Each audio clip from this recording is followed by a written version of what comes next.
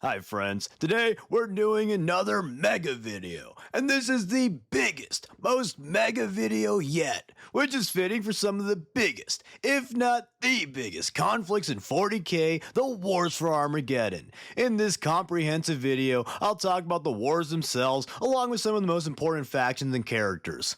Also, if you like these topics, I'd appreciate if you also checked out the original videos. Some of them are older, so newer fans may not have seen them yet, but anyways, without further ado, let's go back to Armageddon. Hi friends, of all the horrible 40k planets, Armageddon might be one of the horriblest. Much like Usain Bolt, Armageddon's name became prophetic as it experienced three major apocalyptic wars in the present time period. I only say present time period because before Armageddon, it was called Olinor, and it was obviously one of the planets involved in the Olinor Crusade. This was one of the biggest Imperial victories during the Great Crusade and the last major battle that the Emperor personally commanded. After their victory against the Orcs, the Emperor made Horus War Master and began working on his Webway project. But we aren't talking about 30k today. Let's jump 10,000 years in the future and get back to 40k.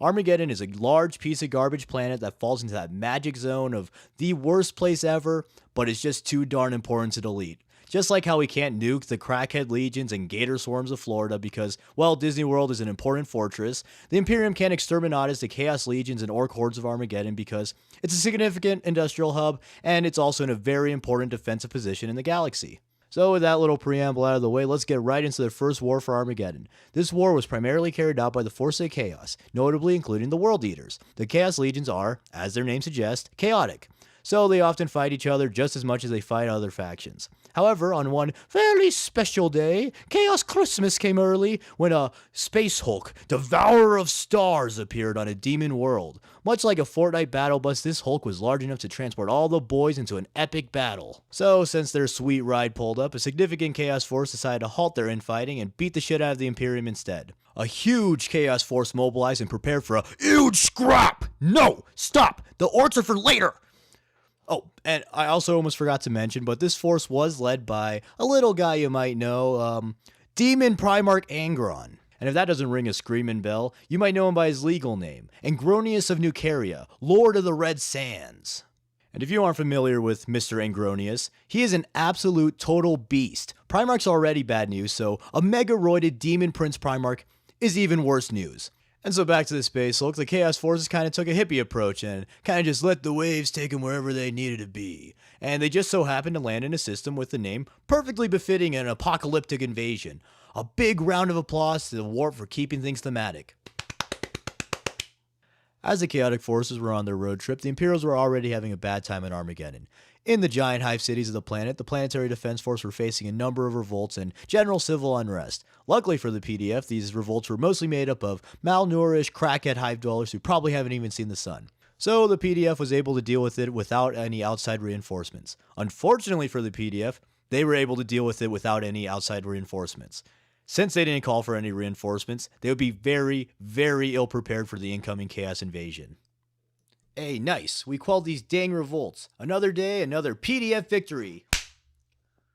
What's that? That, my dear document format, would be the Space Hulk Devourer of Stars. Angron made planetfall and led his legions of Marines, cultists, demons, and assorted freaks against the region of Armageddon Prime. The PDF proceeded to have the worst day ever as Angron's armies wreaked havoc across the lands, killing millions of Imperials shortly upon arrival. After some desperate fighting, the survivors fell back through the jungles into a secondary region, creatively named Armageddon Secondus, since it was second to Armageddon Prime, which was the first. And luckily for the Imperials, Angron was too busy emoting after his victory at Armageddon Prime, and he wasted valuable time erecting monuments to his victory and celebrating. In this time, the Imperials were able to regroup and the Space Wolf reinforcements finally arrived. Led by the legendary Logan Gribnar, the PDF, Steel Legion, and Space Wolves prepared their defenses for Angron's approaching armies. It was said that the Wolves were outnumbered 1,000 to 1, but luckily for them, they were fighting the World Eaters, not the Wolf Eaters. To even the odds, Grimnar led a daring assault on the World Eaters and lured them into a jungle trap in which the Wolves and Steel Legion killed a bunch of Marines. Afterwards, the Wolves attacked the weakened Chaos Force in an epic Berserker on Berserker river battle. Despite the Wolves making some progress against the Hordes, Angron was able to break through their defensive lines and make his way towards the Hive's Hell's Reach and Infernus. Hell's Reach will be more important later on, so keep it in mind. Realizing that Angron's worth 415 points while he's only a measly 145 points, Grimnar knew how absolutely hopeless it would be to fight the Demon Primarch, so he called for some Grey Knight reinforcements. The Grey Knights are a super secret, ultra elite anti-demon chapter of Space Marines, so of all the Marines, they had the best shot at vanquishing Angron. So, before Angron could make it to the Hive Cities, the Grey Knights teleported right in the center of his army and attacked the Primarch, while the Wolves led a final counterattack along with the Steel Legion. Angron was able to kill the Knights with relative ease by stroking his ginormous black blade. With strokes of his black blade. But luckily for the Knights, they had a named character amongst their ranks, and a knight named Hyperion used the power of faith, will, and friendship in order to shatter the black blade, which significantly weakened Angron. The Knights pushed their advantage, and Grey Knight Captain Aurelian began to banish Angron. As he was being banished, the Demon Prince struck a mortal blow on the captain. But banishing Angron wasn't even the coolest thing Aurelian did that day. As Angron was being banished, he taunted Aurelian by saying how the captain's soul would be eaten by demons forever and ever. Tee-hee-hee. But Aurelian just said to this, "So be it," and then blasted Angron into Shadow Realm. After Angron was banished, the demons weren't able to hold their material form and dissipated back into the warp. The remaining cultists, marines, and freaks were either killed or sent running by the Imperials. The marines and guard worked together to hunt down the Chaos Remnants, thus closing off their first war for Armageddon. Despite their victory, the Imperials suffered heavy losses, especially the Grey Knights, who only had 13 survivors out of the 109 sent.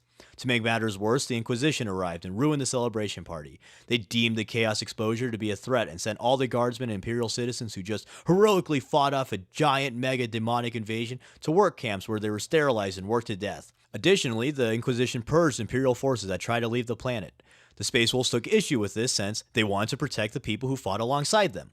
This led to a little thing called the Months of Shame, where the Wolves challenged the Inquisition and had a few bloody disagreements, but that's a video for another day.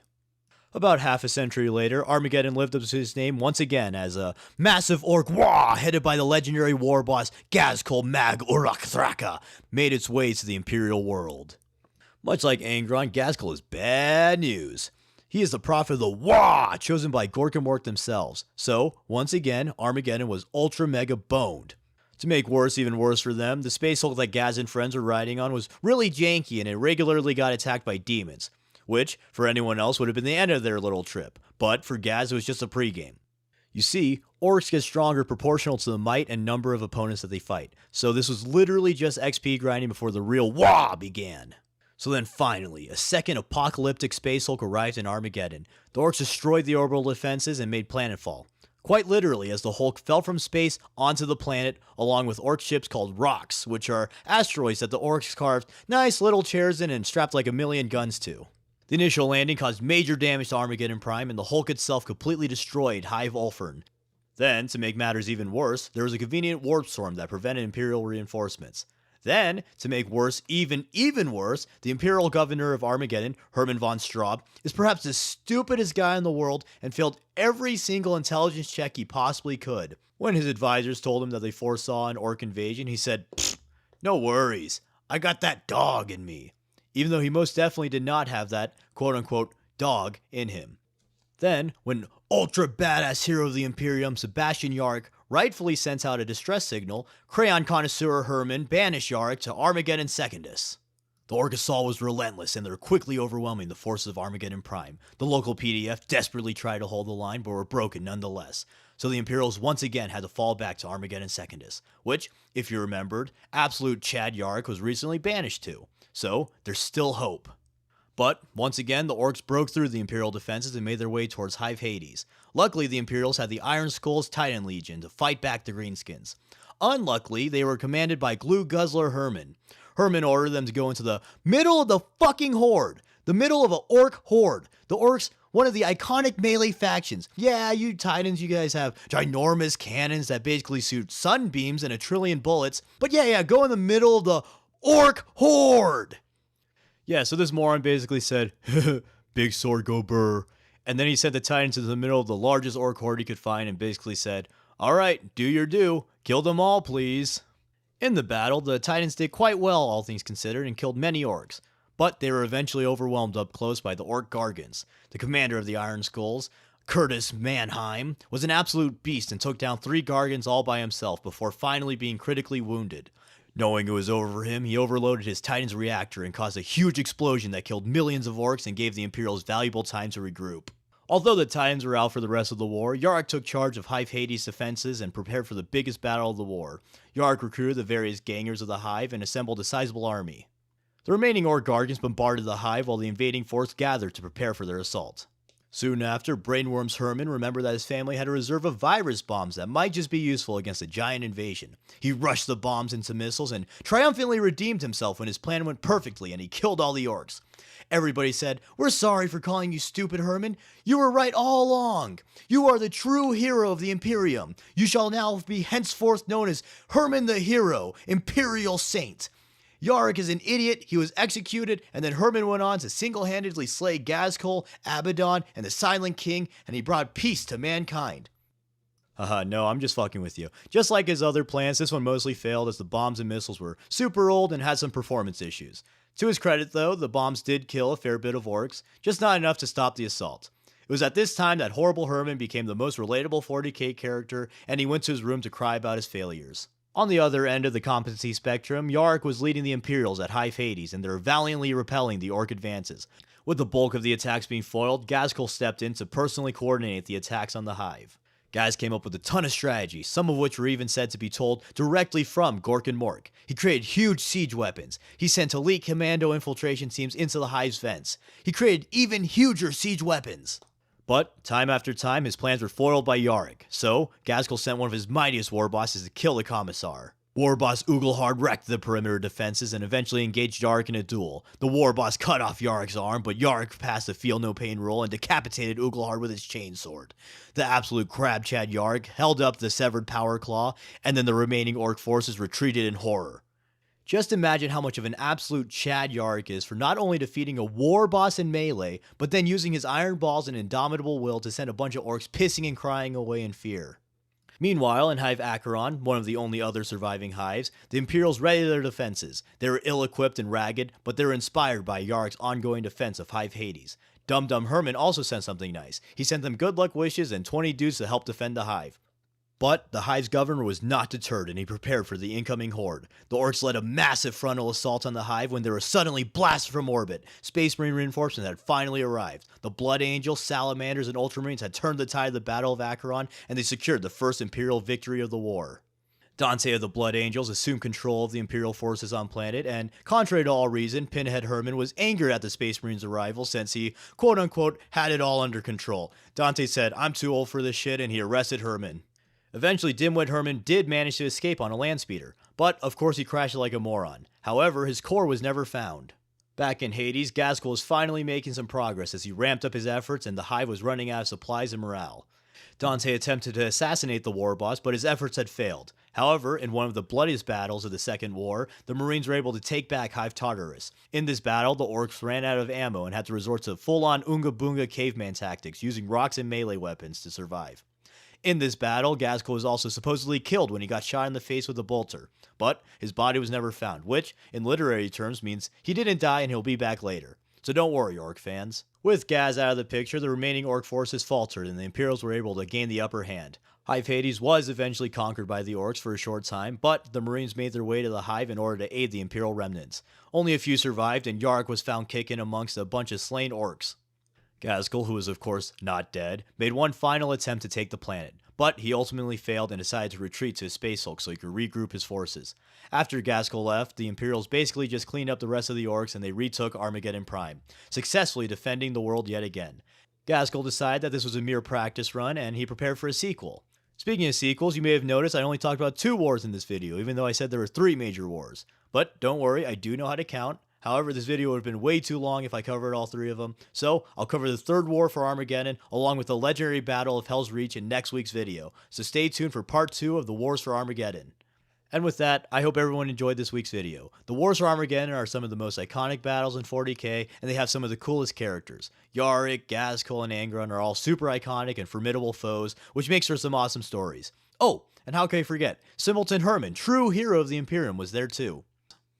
Man, I wish we could just get a Simpleton Herman von Straub model. He'd cost like 200 points and he'd have a 12-inch debuff aura. Ah, a man can dream.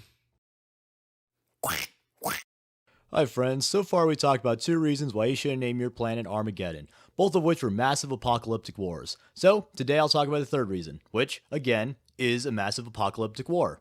After his defeat in the Second War for Armageddon, Gaskell Mag Uruktraka, prophet of the Wah, began to regroup his forces. Unlike most orcs, Gaskell isn't a complete dumbass meathead. Half his head is metal after all, not meat. And he's actually a very skilled tactician. As such, he knew that his defeat at Armageddon was an invaluable teaching moment, and he devised new strategies with lessons born of his loss. But, as he prepared, he began to doubt whether or not he should actually go through with his plans, as he began to have visions from Gork and Mork suggesting that they may not want him to return to the planet. Along with this, Ultra Chad Grot Makari also told Gaz maybe he shouldn't go back to Armageddon. But despite the literal gods, and also Ultra Chad Makari telling him not to, Gaz just killed Makari and decided to invade Armageddon once more. Largely in part because his pal, Mad Doc Grotsnick, told him, it'd be really dang cool to do it. So Gaz prepared once more for his Wah, and in his preparations he also recruited war boss Nazdreg Urgrub. Nazdreg would prove very useful later on, as he had access to a lot of teleporter technology that would be devastating in the upcoming war. And so one of his last significant preparations was to take over the planet of Golgotha in order to get resources and manufacture equipment for his upcoming Wah! Gaskell easily took over the cities and factories of the planet, converting them into orc slave factories. However, he was intercepted by Crab Chad and coolest guy ever, Sebastian Yarick. Yarick led a squadron of Baneblades with his own personal Baneblade, the Fortress of Arrogance. Despite riding the coolest vehicle ever with one of the coolest names ever, Yarick was eventually overrun and surrounded. Yarick was then taken to Gaskell's Space Hulk and tortured for weeks. However, after some fun times torturing Yarick in his dungeon, Gaskell decided to release the legendary commissar because he fell in love with him. He wanted Yarick to give him a good time. A good fight. You know what? Never mind. Who am I kidding? Gaskell was definitely 100% in love with Yarick.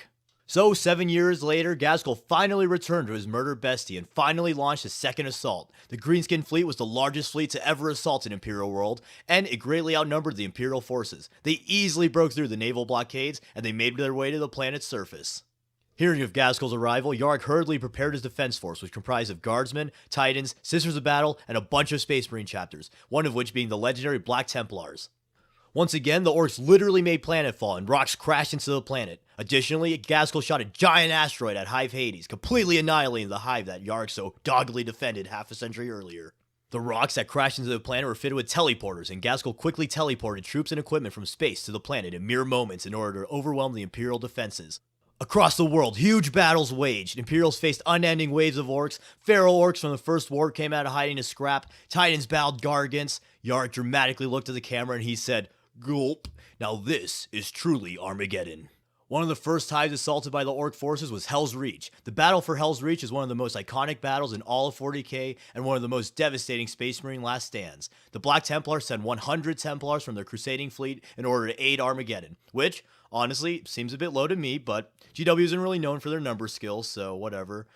But the Marines fortified Hell's Reach alongside the Guardsmen and Sisters of Battle. Grimaldus led strike teams to kill some of the initial orc forces. However, when the bulk of the horde arrived, the Templars hunkered down within the city walls. Imperial Navy bombers thinned the approaching green tides, and the Imperial gunlines would attempt to pick off the surviving orcs.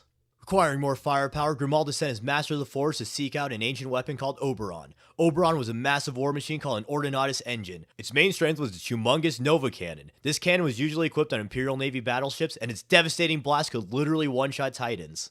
After some time, the orcs amassed their largest force yet. Millions of orcs alongside hundreds of Gargants and vehicles assaulted the hive walls once again. The massive horde was met with airstrikes in the Titan Legion, Legio, and Vigilata. Eventually, the overwhelming number of orcs broke through the defensive lines and flooded the hive. After about a month of brutal combat, the orcs had gained control of the majority of Hell's Reach. However, there were still Imperial holdouts going strong. In addition to the ground forces, the orcs also had submarines assaulting the docks of Hell's Reach, bombarding the hive and sending in extra troops. The Black Templars desperately fought on the docks and were beginning to falter when drop pods burst through the clouds above and barraged the city's streets. It was the Salamanders, here to aid their battle brothers and turn the tide of the dockside din. Ordered by Yarick, the Imperials spread out and created fortified holdouts throughout the city in order to hold the hive as long as possible. As their forces whittled, the Imperials were about to be whittled even more. Like, a lot more. You know what? Whittling is kind of too small of a word for this, because super mega giant huge mega gargant named Godbreaker arrived in the city to crump some humans! Godbreaker was even bigger than the Imperial Titans, including the Imperator Titans. Imperator Titans are those humongoid Titans with freaking churches on their backs. Or, at least they're supposed to be giant humongoid Titans, when in reality they're only like 50 meters tall, which is only really as tall as like the Leaning Tower of Pisa or Godzilla, the original one. Yeah, I mean, like, that's tall, but I don't know if it's tall enough for a titanic god machine, you know? But you know what? My girlfriend tells me that size doesn't matter, so let's just move on. The only thing that could even hope to compete with the gargantuan Gargan was the Imperator Titan Storm Herald. However, Storm Herald was badly damaged and worn out, so was only capable of one shot. Me too, buddy, me too. But you know what? It's like when you and the boys are on Fortnite, it's down to the last guy, only your buddy's still alive, it's a 1v1 for the Vicroy. He steadies his purple sniper, takes aim, you're all waiting for him to kill the last dude. He takes a breath, he shoots, he fucking misses, and then gets lasered by the opponent, and you call him the worst things possibly imaginable. That is exactly what happened with Storm Herald. It whiffed its one shot and immediately got killed by Godbreaker! After many hard battles, only 35 Black Templar remained. Led by Grimaldus, they made their last stand in an Imperial temple. Along with some Sisters of Battle and Guardsmen, they desperately held the cathedral, knowing that the end was nigh. But they had one last hope. Super Mega Chekhov's gun Oberon. The war engine was awoken and it prepared to fire. 2 Warhound Titans sacrificed themselves to hold down Godbreaker, and the massive cannon obliterated the troublesome Gargan, giving the Imperials one last chance. Although the Orc Titan was taken out, the cathedral was eventually overwhelmed and collapsed on the Imperial and Orc forces fighting within. The only survivor of this final battle was Grimaldus as he emerged from the desecrated building. Oh, and while this was all happening, Hive Akron also suddenly fell into Orc hands. However, the Hive didn't fall due to a huge Orc assault. It fell because everybody's favorite war criminal, Half-Brain Herman. But this time the Hive didn't fall due to his tactical incompetence. It fell because this motherfucker teamed up with the damn Orcs to overthrow the Hive from within. Yeah, go crazy with that one, Power Scalers. PP Herman was able to make Hive Akron fall almost by himself. It took the stupid Orcs a giant army, and they never even got it in the First War. Food for thought. However, despite their huge losses, the sacrifices made at Hell's Reach were not in vain, as they distracted a large Orc force long enough that the planet's natural season of fire could begin. The season of fire is a series of insano storms that overtake the planet every so often. It's like the storm scene in Fury Road, except it's practically planet-wide. The battle for Hell's Reach also leads to a super cool moment where Grimaldus realizes the value of humanity and that the Space Marines' true strength isn't their capacity to kill, it's the power that they have to inspire hope within humanity against the horrors of the galaxy. But enough of that silly, quote-unquote, emotion stuff. Let's get back to the war and killing. Where were we? Oh yeah, the Season of Fire. These storms are so bad that even the Orcs don't want to go outside. And this brief respite from the Orcs allowed the Imperials to reconvene and strengthen their defenses. And from this, Yarg was able to once again gather his forces for a counterattack. Additionally, the last Chancer's Penal Legion hunted down Harebrained Herman, finally putting an end to the legendary figure. The Imperials engaged the Orcs on many fronts. Catachan and Armageddon Orc Hunters, as their name suggests, hunted Orcs in the equatorial jungles. Marine Dreadnoughts got in dreadful mech battles with Death Dreads, and the huge wastelands were razed as Imperials and Greenskins clashed on the battlefield. The two massive forces were at a stalemate, and you know who really hates stalemates? Ghazghkull does. He finds them incredibly stale, mate. And so the board prophet resurrected Makari. Makari's 40k Jesus confirmed? Huh? And a little side tangent because I think it's funny. For whatever reason, Ghazghkull can just touch any random grot, say, hey, you're Makari now. And then all of Makari's memories enter the grot, forging a new Makari. Kind of like an Eldar Exarch, except better because Makari's the best character in the setting. And so after resurrecting his little buddy, Ghazghkull said, hey, listen, man. I won't apologize for things I did. That would be like hella lame. However, I guess like technically you were right. So, sorry, not sorry, but I love you, bro. I shouldn't have killed you. So like, let's blow this popsicle stand and start a different holy war. When suddenly a Lehman Russ battle tank Kool-Aid Man into the room and blasted Ghazghkull. Best character ever, Makari doesn't let dudes mess with his bros, and he climbed into the tank, murdering the entire crew. Seeing the giant flaming hole in his chest as a giant flaming sign from the gods that he was wrong, Ghazghkull announced his departure from the world, and he would go on to start the Great War. And so after the war boss left, Yarick and some Black Templars followed Ghazghkull in hopes of killing him once and for all. Even with Ghazghkull's departure, the Orc forces still fought and war raged on almost endlessly. Armageddon essentially became Disneyland to the Orcs as the endless war became known as Ragnarok, and it was a place where the Orcs could make holy pilgrimage in order to have a good old time grumping some Yumis. Billions of Imperials died defending the world and the death toll continues to grow. However, the planet is far too important to fall, so the Imperium is willing to make some tremendous sacrifices in its defense. Sometime later, once Cadia had fallen and the Great Rift tore the galaxy asunder, Armageddon was invaded by Chaos forces once again, making this hellhole a literal hellhole. And it was so bad at times that the Orcs even teamed up with the Imperials to fight some demons. Half the world became demonic and an endless three-way war rages on in the present setting. And that concludes the Wars for Armageddon. Thank you for watching. I hope you enjoyed this two-part series. Armageddon is truly one of the coolest settings in 40k. Along with that, the Battle for Hell's Reach is a really cool story in and of itself. Grimaldus' journey and learning about the value of humanity and what the Space Marines truly represent is really powerful, so I definitely give that a read. But with that, that concludes the Wars for Armageddon. Herman and Makari would solo the Emperor so easily, like, thank God this chick in a miniskirt put an end to Herman before that could happen. Hi friends, Knights versus Vikings, who wins? Well, that's a ridiculous question as hockey and football skills are hardly comparable. Like, how would that even work? It's just plain silly. Oh wait, this is 40k, we don't know sports, sorry fellas. But Knights versus Vikings is a long debated and fascinating question to many. So why not apply it to the ever awesome setting of Warhammer 40,000? Plus, we get the epic trope of faction civil wars. So let's get right into the Months of Shame. The Months of Shame is one of the most well-known Imperial conflicts and was a cool little clash between the ever-awesome Super Chads, the Space Wolves, and the dumb silly heads, the Grey Knights, as well as their scumbag inquisitorial handlers. Yep, too late, Grey Knight fans. I depicted the dudes I like as cool Chads and the ones I don't as silly fools. Yup, I'm a guard simp, I'm a Space Wolf simp, Grey Knight bad. But anyways, coming off the heels of the apocalyptic First War of Armageddon, the people of Armageddon were celebrating their triumph over the chaotic hordes and were beginning to rebuild their planet. However, the Inquisition decided in a vote to metaphorically poop on the party and condemn the population of Armageddon as well as the guardsmen who fought in the war to extremely harsh containment protocols due to chaos exposure. The Inquisition, led by Lord Inquisitor Cisneros, told the civilians that they would be relocated to temporary camps while the cities were cleansed of corruption. But, boom! Surprise slave labor camps and secret sterilization. How fun! Furthermore, the Grey Knights were ordered to destroy any Imperial Guard transport ship that was leaving the planet. Boom! Surprise betrayal. How fun for a second time.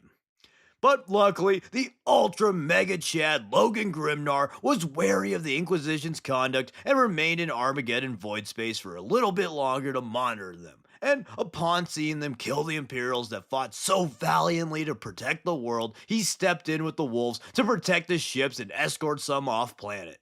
While the Inquisition's wariness regarding the people exposed to chaos was not wholly without merit and reason, Demon Primarch Angron did make a little appearance after all. The Space Wolves still believed them to be overstepping. You see, during the War for Armageddon, the Space Wolves, being the cool dudes they are, made a direct effort to minimize chaos exposure to civilians and guardsmen. In the war, the wolves would risk greater casualties to themselves in order to fight with fewer guard reinforcements and to protect whole hives from ever being exposed to chaos in the first place. So, the Inquisition was purging a lot of people who didn't even witness chaos at all. Plus, them being worried about the news of a demon Primarch shaking the Imperium, since now people know that some Primarchs turned traitor is honestly pretty damn stupid. Like, what kind of normal human is gonna actually recognize Angron as a fallen Primarch, let alone even know who Angron is? Plus, you can't tell me that the average Imperial can tell the difference between this and a greater demon. Like, yeah, Angron can corrupt harder than normal demons, but worrying about word getting out of the Primarchs is a bit dumb. And yeah, I know they're pretty much just stacking reasons to justify their actions, but I don't know, that one thing has just always struck me as dumb. But anyways, in addition to that, the Space Wolves also greatly valued those with a warrior spirit and skill. So, to see the guardsmen who bravely and skillfully fought alongside them unceremoniously killed by the Inquisition also just really pissed them off. So, as ships left Armageddon, Cisneros ordered the Grey Knights to destroy any guard ship leaving the planet and to exterminate any space station or worlds that the ships docked at. And while this was happening, Space Wolves continued to try and defend guardsmen and other targets of the Inquisition. Notably, they would never open fire against the Inquisitorial vessels, even when the Inquisition would just straight up shoot them. They did this so that the Inquisition wouldn't have solid reason to declare them renegade. Typical Space Wolf W. And this Cold War went on for months. Hence the months and the months of shame. And as it wore on, the Inquisition began to feel that Kisnaros' efforts were not worthwhile, and Kisnaros himself was worried about the Space Wolves' growing ire. So he organized a parley with Grimnar. But the conniving Inquisition and the bastard Grey Knights, of course, had secret plans. And the Grey Knights' Grandmaster Joros had convinced Kisnaros that he should threaten the Space Wolves into submission and capture Grimnar as a show of power and authority in order to end the conflict swiftly. He literally said that they need to be alpha males and assert their dominance. Typical Grey Knight L. Even Hyperion, one of the few cool Grey Knights, remarked that the Space Wolves are too base to care about silly shit like that and are the true alphas. But Kisnaros is no Hyperion, and he fired upon the Space Wolves after lying about a peaceful negotiation, destroying some Space Wolf ships and crippling Grimnar's flagship. In response, Grimnar agreed to teleport onto the Grey Knight ship to meet the Lord Inquisitor and Joros face to face. On the ship, Grimnar and his elite wolf guard condemned the Inquisition and the Grey Knight's cowardly tactics and their bold-faced deception. He called for the coward who ordered the attack to step forth, and the instant that Joros admitted that it was his idea, Grimnar cut him down with his badass power axe. The Wolf Guard and Lord Wolf then killed the Grey Knight Justicars, who tried to retaliate and scared the shit out of Kisnaros, who promptly let them leave. After this encounter, furious and disgusted by the underhanded and dishonorable conduct of the Inquisition and Grey Knights, Grimnar and the Wolves destroyed any Inquisition and Grey Knight ship they came across on sight, uncaring and unafraid of the consequences, since at this point the Inquisition and their goons proved that they wouldn't be honorable anyways. And as the conflict escalated, the Greater Inquisition began to disapprove of Kisnaros' actions and were unsure about the repercussions of coming into conflict with the Space Wolves due to their legendary reputation and first founding status. Kisnaros was scrambling to find a way out of the conflict that would both avoid the wrath of the Space Wolves and save face for the Inquisition. On one hand, he had to show consequences for defying him and the Inquisition, and on the other, escalating the conflict with the Space Wolves could potentially lead to a civil war, one that may have been even worse than something like the Bad Ab War, since the Wolves would likely be able to garner a lot of support thanks to their status alone. So, the Lord Inquisitor called upon the Red Hunters chapter and Grey Knights to join him in occupying Fenrisian void space, and there he would set up another negotiation, this time with Hyperion and canonical hot babe Inquisitor Jarl's-daughter. He brought these two funky characters since the Space Wolves respected Hyperion for his honorable conduct on Armageddon and the fact that he played a pivotal role in banishing Angron. And if you couldn't tell from her name, Jarl's-daughter was a Fenrisian native and had some rapport with the Space Wolves. Having the two respectable figures would theoretically prevent another axing and would hopefully demonstrate some good faith. Once arriving on Fenris, they encountered only one damaged ship in orbit defending the world, and they met the Wolves at a Fenrisian spaceport. However, instead of Grimnar, Cassandros and his friends were greeted by the Ultra Mega Chad Bjorn the Fell-Handed. Jarl's-daughter immediately recognized the legend and burst into tears at his presence. Hyperion recognized him a little bit later, and then had to tell Kisnaros who he was because, well, Kisnaros is a bit of a dum-dum head sometimes. And with that, the Lord Inquisitor shat his pants again as Bjorn confirmed that he was in the game Warhammer 30k and had fought alongside and also pissed alongside the Emperor himself. That pissing being very important, of course. Anyways, though, negotiations began and Kisnaros demanded that the Space Wolves end their aggressions and do a penitent crusade to repent for their defiance. Otherwise, the Inquisition would exterminatus their homeworld of Fenris, and to that, Bjorn said, "Nuh-uh," and continued to say, "Nuh-uh," until it became clear that the Space Wolves would not submit to the Inquisition. And this was all a trap. Bjorn was simply delaying until Grimnar could ambush the Inquisitorial forces with his hidden fleet and eventually engage them in a void battle in response to Kisnaros threatening to exterminatus the planet. Kisnaros frantically teleported back to his ship to lead his fleet, and after both sides took heavy losses, the Space Wolves finally took down Kisnaros' flagship's void shields, and Logan Grimnar teleported aboard with a large force of Terminators and Inquisitor Jarl's-daughter. Logan and the boys cut through stormtroopers and Grey Knights until they got to Kisnaros, and Grimnar sprinted at the Lord Inquisitor and promptly killed the hell out of him. And before the wolves could kill Hyperion and the other crewmates, Bjorn teleported aboard and called for Logan to stop fighting. He commanded Jarl's daughter, who is now the highest ranked Inquisitor, to tell the Inquisition to never return to Fenris and to end this foolish conflict. Otherwise, the wolves would beat him up a second time. And he also told Hyperion to tell the wolves of the Grey Knight's secrets before he would be released. And with that, the months of shame were over. However, Grimnar would forever hold a grudge against the Inquisition for their dishonor and for ravaging their world. Additionally, both sides took heavy losses, which were especially devastating after the losses taken on Armageddon. And overall, I think this is a very cool conflict, as I always like to see infighting within the Imperium, since it demonstrates the dysfunction of their government, and Civil War stories are always fun. Plus, I also just like stories of the Imperium being overtly evil bastards, since that part tends to fly over some people's heads. Also, I'm obviously highly biased, as the Space Wolves are my favorite chapter and the Grey Knights are my least favorite. But in my opinion, the Grey Knights did act very dishonorably and spineless throughout this whole conflict. And even though they were conflicted with taking Cassandros' orders, they still did it and were sneaky bastards on multiple occasions. I also kinda hate when Grey Knight glazers say it's impossible that the Space Wolves could beat Grey Knights and that they're Mary Sues in the story. Both sides took heavy losses, so they aren't really Mary Sues, and at the end of the day, Grey Knights are still Space Marines. Thanks to the usual bad and inconsistent Grey Knight writing, a lot of people think that they're closer to Custody level than Space Marine level, but in reality, they're just Psychic Space Marines. Certainly powerful, don't get me wrong, but against one of the most powerful anti-psyker chapters who also specialize in Marine-on-Marine combat, they aren't gonna have a stroll in the park. But, of course, I encourage you to read from the source and form your own opinions. I'm just one dude at the end of the day, and it's just my opinion. Basically, all the Months of Shame lore is in the Emperor's Gift novel, so it's not very hard to find. But yeah, let me know what you thought about the Months of Shame, and who do you side with in this little Imperial kerfuffle?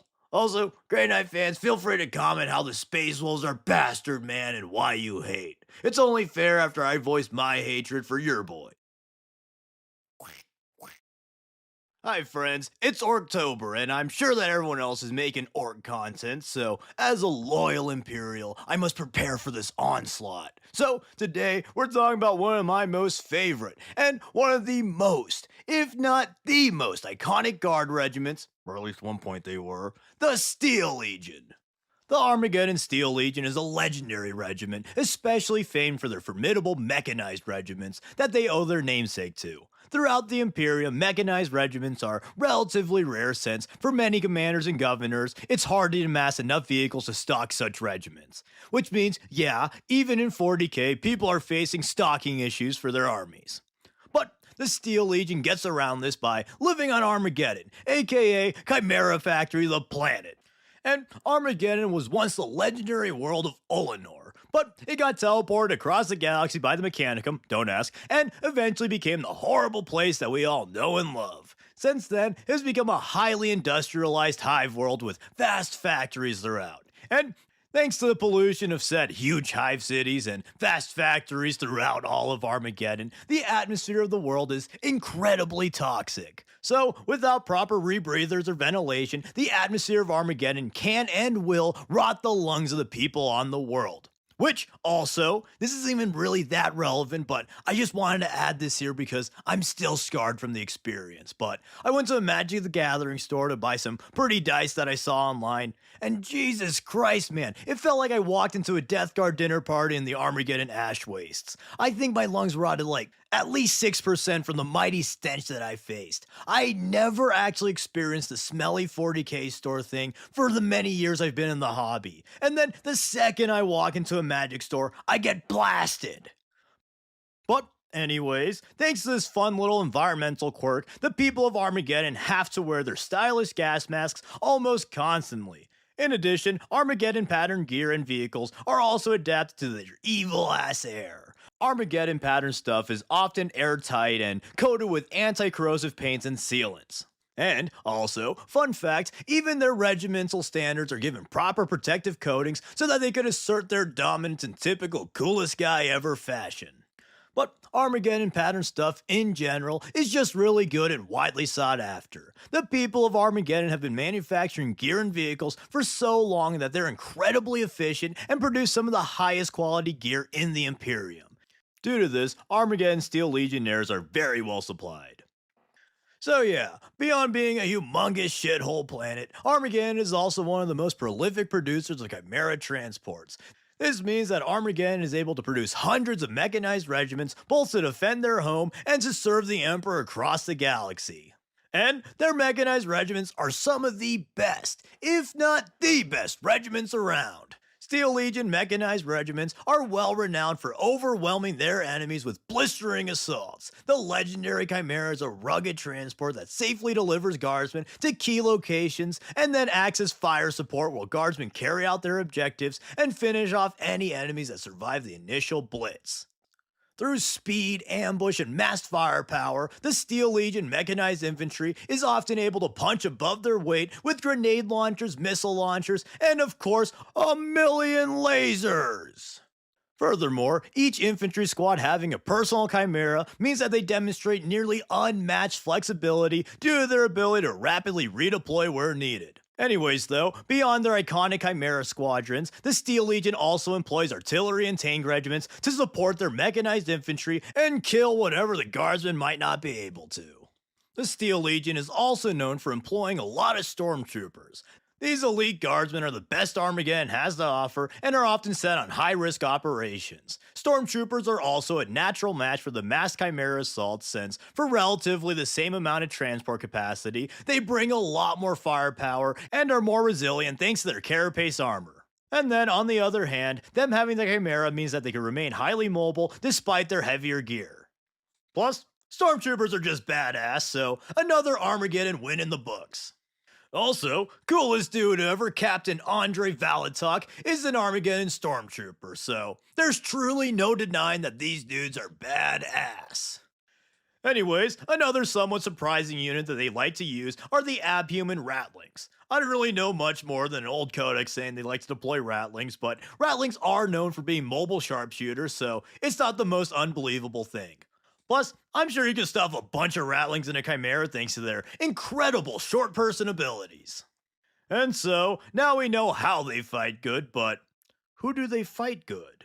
Well, their most hated foes are the Orcs. The Steel Legion's true claim to fame were the massive apocalyptic wars for Armageddon, and at least 2 of the 3-ish, maybe 4 wars for Armageddon were waged against the Greenskins.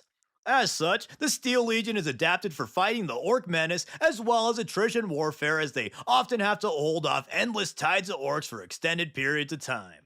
Also, another really cool unit that isn't technically Steel Legion but were made on Armageddon are the Armageddon Orc Hunters. These funky warriors were formed shortly after the Second War for Armageddon by combining the ravaged squads from the war into elite Orc hunting teams. These teams were then sent into the jungles of Armageddon to cull the Orc survivors.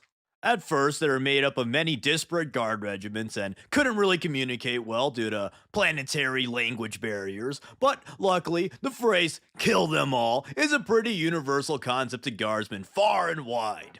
And through many hunts, their new regiment became very adept in fighting the Orcs and have even been noted for utilizing looted greenskin weapons. Which, if you know anything about Orc weapons, this says a lot about the sheer badassery of these guardsmen. But back to the good old Steel Legion, many of their recruits are taken from the gangs of the planet's Hive. This is useful as gangers are conveniently trained in combat from a young age, cause if the children aren't dealing crack and fighting rival gangs, then just who will? But anyways, this in conjunction with the absolutely massive population of Armageddon's hives and their bustling industrial capabilities means that they're able to replenish lost guardsmen at an incredible rate, which should honestly have been quite evident considering they contend with the famously endless Orc hordes. But perhaps the ultimate example of this is one of my favorite codex blurbs of the Steel Legion, and honestly one of my favorite blurbs in the whole setting. The Armageddon 339th, known as the Ironheads, forged a legend for themselves in one of Armageddon's great tank forges. This particular tank forge was so massive that a full-scale battle was able to take place within it. This forge was so incredibly huge that basilisk artillery was being used, and both sides fought the same as they would in an open field. But the unfathomably massive superstructure forge isn't even what makes the story great. As the Steel Legion were fending off orcs, the factory workers were assembling tanks and sending them straight to battle. These absolute madmen were LEGO Star Wars building tanks in real time to replenish their ranks, while literally being shot at and charged by orcs. Badass. And there's a bunch of other totally badass Steel Legion moments, but if I described them all, we'd be here all day and I'd run the risk of turning this into a second Yarick video. Which, speaking of, the Steel Legion works with the coolest guy ever, Sebastian Yarick. They are peak! But yeah, that's the Steel Legion. These guys are in a perpetual competition with the Destroyan Firstborn as my third favorite regiment, and I think it's a real shame that Krieg kinda took their spot as cool gas mask guardsmen and as one of the big three guard regiments. I personally feel that the Steel Legion is a lot cooler than Krieg and does the whole evil ass atmosphere and attrition war thing cooler. Which, also, as far as I can tell, the Krieg did technically come out first as they were in the 3rd edition codex, and them originating as Steel Legion repaints is a little bit of a misconception. However, they were essentially a random throwaway guard regiment for a long time, whereas the Steel Legion was explored very in depth in Codex Armageddon, only to later be replaced, and by replaced, I mean literally replaced as apparently the only named guard regiment in Armageddon 4 are the fucking Death Corps of Krieg. What the hell, man? I was hoping that the 4th War for Armageddon would mean the return of the Steel Legion, but I don't even know anymore. But I don't know, I hope they at least do a made to order. I would buy Metal Steel Legion squads so fast. But them getting neglected by GW doesn't detract at all from how cool they are. So, GW can unceremoniously kill all of our cool characters all day, glaze Krieg till the end of time, and I'll still love my yellow gas mask boys, and Yarg is still alive in my heart. But let me know what you think about the Steel Legion. Are they truly the best gas mask boys, or do they deserve to be forgotten like a fart in the Armageddon ash winds? Let me know in the comments, and while you're at it, let me know your favorite guard regiment also. Also, I should say that I don't even hate Krieg, but them being apparently the only guard regiment mentioned in the new Codex Armageddon is really super duper lame. It would be like if they wrote a story set on Krieg, but only talked about Cadians. Actually insane. Seriously though, GW, please, oh please do another Steel Legion made to order. I will give you all of my money. I'll even paint them up as Kriegers. I unironically really like the Codex Armageddon Krieg scheme. So please. Hi friends, today we're talking about one of the most, if not the most, legendary heroes of the Imperium, the hero of Hive Hades, old Baelai, the savior of Armageddon, Commissar Sebastian Yarick. Woo! Commissar Yarick is one of the most iconic Imperial Guard characters and the first one to ever get a proper model. He is a legend among the Imperials and the Orcs, an inspirational leader, and a total badass all around. It all started on a planet called Teos 3 when a little guy called Sebastian Vardine was born. He was born to a wealthy family but was orphaned at a young age, and unlike Harry Potter, his family fortune got taken by the government, so he couldn't buy whimsical little candies and owls. Instead, this little guy was raised by his grandpa Yarick, who was a disgraced Imperial hero of the Guard. Grandpa Yarick was a really nice guy who would pay some thugs to beat up Baz every week so that he would eventually ask for training and stop being a little weenie boy. And it worked! So he brutally taught young Baz combat, survival, and tactical skills to prepare him for the horrors of the galaxy, which would coincidentally come in handy when the Orcs invaded Teos 3 and killed everybody that Sebastian knew, including his nice old grandpa. But little Baz wouldn't go down so easily, so he made hideouts throughout the Hive and used his skills that he learned from his grandpa to survive the Orc invasion for 3 whole years. This insano home alone orcs for 3 years by himself while surviving in a wrecked Hive. At least Macaulay Culkin had a giant house and some playboys. But anyways, after those 3 years, the Imperial Retribution fleet finally arrived and discovered little Sebastian. When discovered, Sebastian took on his grandpa's name to honor him, and thus began the legend of Sebastian Yarick.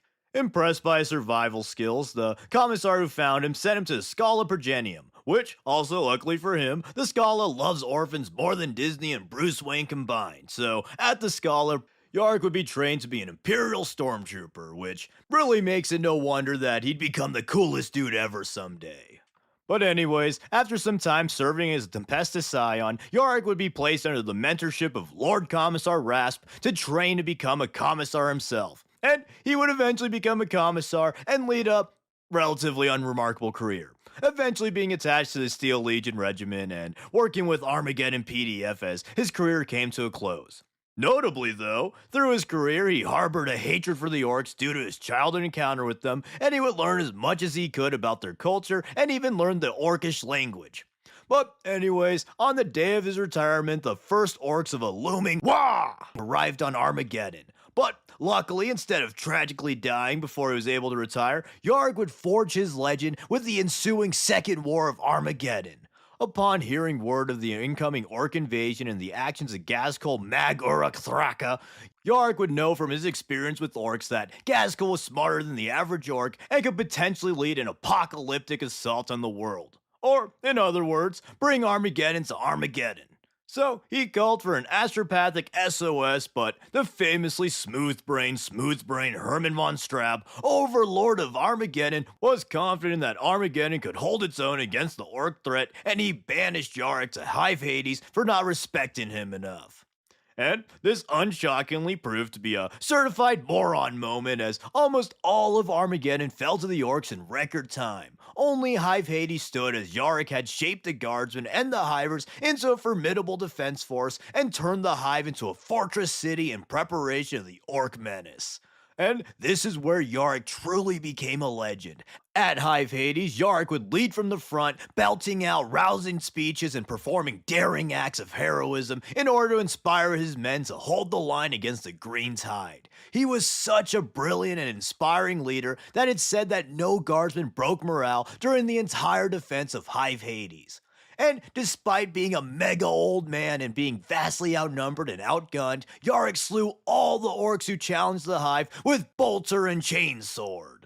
Yarick was such a ferocious fighter that the orcs began to fear the old man and told legends of an unkillable Hume who shined fire from his face and stole strength from death. So, as the rumors and tall tales spread among the orcs, Gazkul would send his toughest war boss, Ugelhard, to slay the troublesome Hume and kill his legend and his hive. The massive war boss killed his way towards Yarick and faced him in a legendary duel. After trading blows and losing an arm, Yarick found an opening and decapitated the raging beast.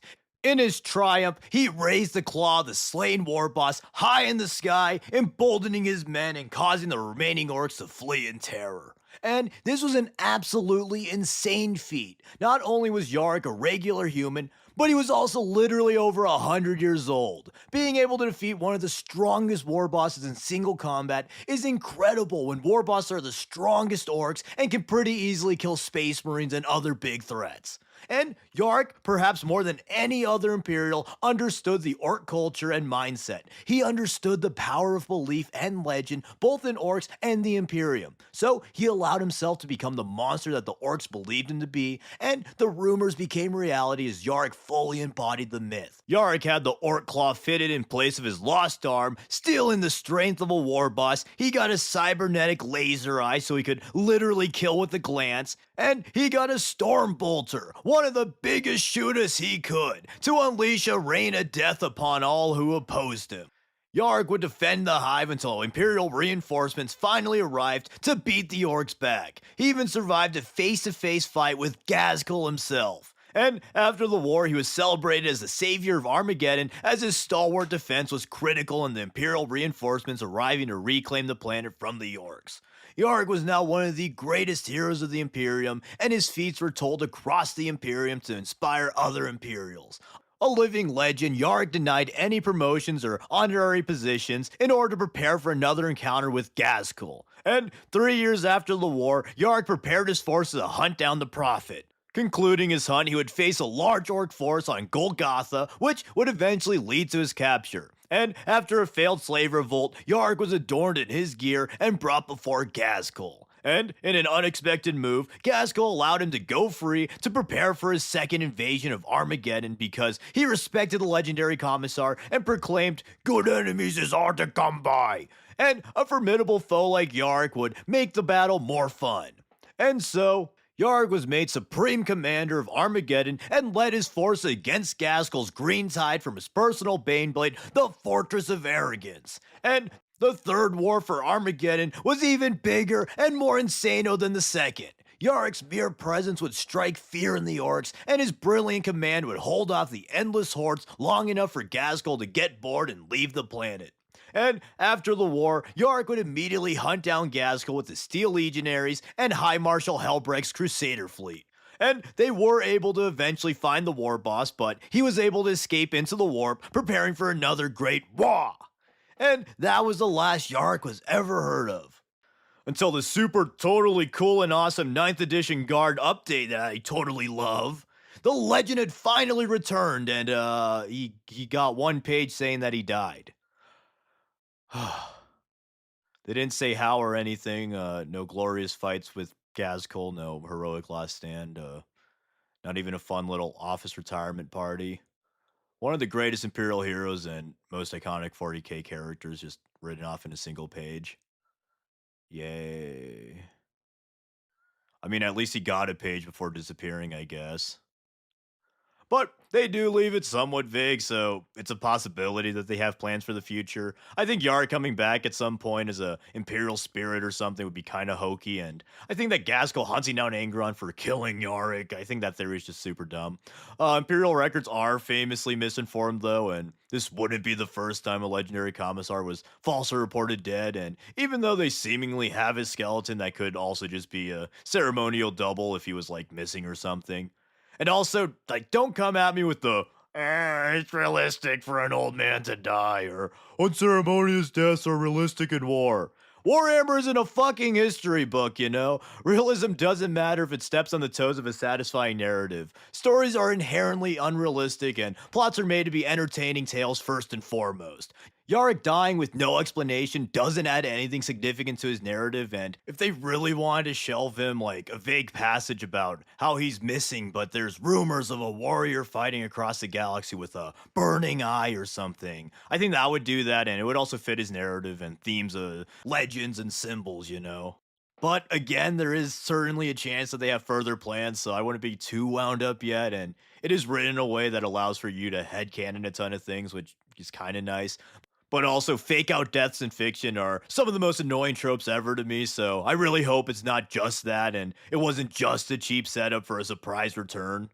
But anyways, back to Alive Yarick. Yarick, beyond being a total badass, is, in a way, the most idealized version of a commissar. People often forget it, but commissar's primary duty is to ensure loyalty, morale, and discipline is present among guard regiments, as well as being inspirational warriors. Their job is not to blast guardsmen for the funsies. And Yarick does this duty perfectly. At his peak, Yarick is able to inspire his men, raise morale, and guarantee loyalty just by being a total badass. Like, why would you defy the Emperor when the most badass dude in the entire world is giving his all to fight for the Emperor's glory? Oftentimes, Yarick doesn't even need to shoot his own men, as his heroism is far more encouraging than a friendly fire incident. He also fully understands how to weaponize faith, and his impassioned words alone are a force multiplier in and of itself. Plus, he has a goddamn laser eye, crab claw, and Terminator gun. You'd be a moron not to respect his presence. And beyond being the perfect commissar, he's also basically the perfect enemy to the orcs. He understands orc culture and the power of their superstition very well, and he totally plays into that. He became the boogeyman that the orcs believed he was, and he was all the more threatening for it. Along with his outward badassery, there is an air of silliness to Yarick. Who else but Yarick would hear orc tall tales and say, okay, yeah, sure, I could do that, and get a gosh darn laser death eye? I'd bet if the orcs thought that Yarick had an impenetrable Hawaiian shirt of doom, you'd find Yarick at the local Tommy Bahama preparing to kill some greenskins. Knowingly or not, Yarick does kind of tap into the orc psychic gestalt, And to what extent is unknown, but it's undeniable that Yarg is one of the most accomplished and formidable humans in the entire setting. The mere fact that he, as an ordinary guy, is largely considered by the orcs as an equal to the literal prophet of the wall, Gaskell Mag Uruk-Thraka, should speak for itself. But yeah, that was Yarg, one of the greatest, if not the greatest, heroes of the Imperium. And as a massive Imperial Guard simp, Yarg is of course one of my favorite characters. I like Kane a little bit more, but Yarg's sheer badassery cannot be overlooked. Plus, he has a laser eye and orc power claw. Coolest shit ever! One of my biggest regrets is not picking up the classic Yarg model at my local store when they had him. I love the latest model of him, but the crab claw and banner are just so fun. I would have loved to paint it. I'm sure I'll get it one day, but I gotta find a good deal. But anyways, let me know what you think about Yarg, and of the 3 big commissars, who's your favorite? Be sure to comment your thoughts below and whatever else you have to say about Yarg.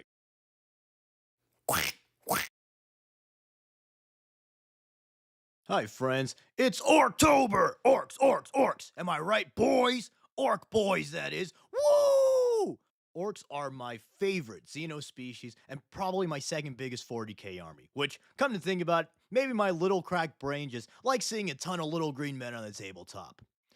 But yes, orcs, orcs, orcs! Everyone's favorite silly, goofy, heavy metal, ramshackle Mad Max murder fungus.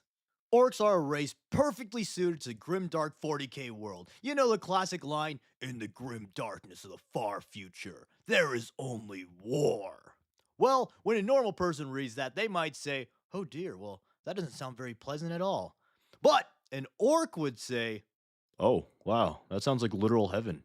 Yippee! Orcs literally only want one thing, and it's disgusting. And unlike regular boys who just want cool ass figurines to paint, or I guess hotties or wherever that original quote was referencing, orc boys only want war. I mean, war! Orcs eat, sleep, and breathe war. And that's at least slightly literal. All of orc culture and biology revolves around war, warfare, and large military conflicts, aka war. The orcs are one of the oldest species in the galaxy and were literally biologically engineered for war. A long time ago, in a galaxy that is this one, the old ones, basically super intelligent, near godlike magic space lizards, created the Eldar and later the Kroorks in order to fight the Necrons in the War in Heaven. That's a video for another time, but just know it was pretty nutty. And nutty times call for nutty dudes, and nutty the Kroorks were. Not a ton is known about them, but the Kroorks are the pinnacle of orc kind. They have all of the modern orc strengths tuned to 11 while also being extremely intelligent. They were the perfect warrior race as they were mostly self-sustaining, repopulate quickly, and got stronger based on how strong their opponents were. That last part was actually part of the reason why they became the weaker modern day orc. The War in Heaven was astronomically nutty, a clash of gods with peak Necron, Eldar, and orcs along with some other wackos. So, after the war was ended, the Kroorks were basically malnourished as they no longer had super powerful foes to constantly fight. Consequently, they began to regress and were systematically hunted down by the Eldar. And as the years passed, the orcs became weaker and weaker until their modern day iteration. Which, the modern day orcs being the weak, watered down version of the orc race is pretty crazy considering their presence is usually an impossible to get rid of green apocalypse level event. But with that, what makes the orcs so dang dangerous? And why exactly are they a perfectly engineered warrior race? Because they're green, and green is best.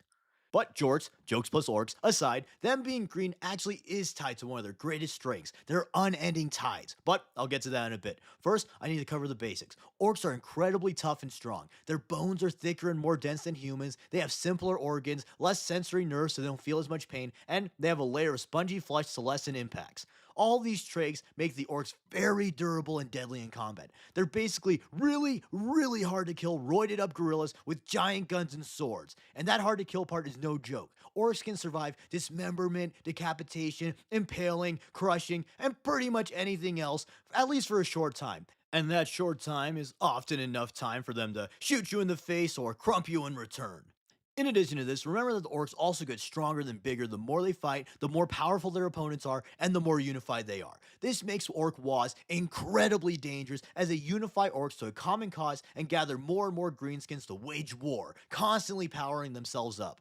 Now, back to green, and this next part doesn't really make sense for real science, but who gives a damn? This is 40k. Rule it cool, baby. So, the orcs are supposedly green because they have chlorophyll in their blood and can photosynthesize. This, in conjunction with their ability to eat pretty much anything and the fact that their food literally grows with them, means that almost all their labor and supply lines can be dedicated to more Deca! Woo! To elaborate on their food situation, let me describe the typical orc reproduction cycle. And don't worry, kiddos, orcs reproduce in the boring way. That's to say they don't have sex, unlike us super cool Warhammer players. Orcs are technically a fungoid species, which makes no sense with the photosynthesis thing, since not being able to photosynthesize is a key differentiator between fungi and plant. But I quit biology, so I didn't have to think about biology anymore, so moving on. Also, sometimes orcs are said to be a third fungus, a third animal, and a third plant, specifically algae, but this also doesn't really make sense either, but whatever, it's 40k, not McGraw Hill. So moving on, for real. The orcs are one of the most numerous, if not the most numerous factions in the entire galaxy. Psst, they're the most numerous. The orcs have been found in every corner of the galaxy, so there's no doubt at least 10 of them on the low end and more than 11 of them on the high end. Even worse, the orcs spread and reproduce at an astonishing rate, so if they don't quite inhabit every corner of their galaxy yet, they will eventually. So, just like Spirit Halloween, like a bazillion of them can just show up overnight and sow terror in the local population. Boom! October callback, baby. But back to Serious Town. Overnight is a bit of an overstatement, but they still reproduce very quickly. Orcs reproduce by releasing spores which incubate underground into little freakish plant wombs and gestate into various orcoid life forms. Often squigs are born first, then snotlings who start the food supply by herding the squigs and cultivating fungus, then the grots build important structures, and then finally, just like a blister, the orcs come after the hard work's done. They use all the stuff the lesser orcoid life forms so nicely made for them and go off to look for something to fight. This orc life cycle makes it almost impossible to fully eradicate the orcs, since once you kill one of them, they release a bunch of spores to start the cycle anew. So usually once a planet is visited by the orcs, they have to deal with them for the rest of time. But I now realize I just listed a bunch of names that might sound like a bunch of nonsense to normal people, so let's quickly segue into orc culture. The orcs essentially have a caste system in which the wacky critters I just described are put into. Much like playground children or the Decepticons, orcs believe that might is right and the biggest and strongest shall lead the rest of the boys. So, the squigs, snotlings, and grots are considered lesser beings since they're weak and small and can barely even fight. Usually. And as such, these little dudes are assigned to all the boring ass tasks like manufacturing, farming, being farmed, fixing things, and basically everything else actually essential to actually keeping their society functional. Meanwhile, the proper orcs get to do the fun stuff, like killing things. Woo! And then, even here, in their own subspecies, they're also put into soft classes. The run-of-the-mill orc is simply referred to as a boy, and these serve as the standard infantry of an orc. Wah! Although generally the weakest orc, the boys are still brutal green monster men that can kill most things, especially when he's joined by like a million other boys. Another important part of orc biology is that they all have some sort of innate knowledge coded into them. Usually this is just like a million different ways to brutally kill stuff, but sometimes it's things like engineering or magic, which brings us to the more specialized boys called odd boys. First up are the mech boys, who invent and fix all the orcs' technology. They can pretty much fix or make anything, but they don't truly understand how the machines work, rather they just rely on their genetic instincts to get the job done. To demonstrate their absolute genius, here's one of their greatest inventions. It's called a shock attack gun. Oh, alright, sounds like an electricity gun. Impressive, but kinda sci-fi basic if you ask me.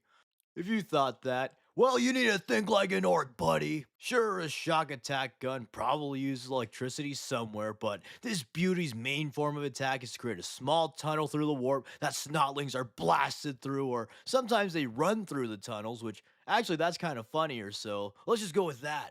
And basically, this gun teleports snotlings into whatever the orc is shooting at. Then the snotling goes crazy style and wrecks whatever it's shot at, or I guess shot in.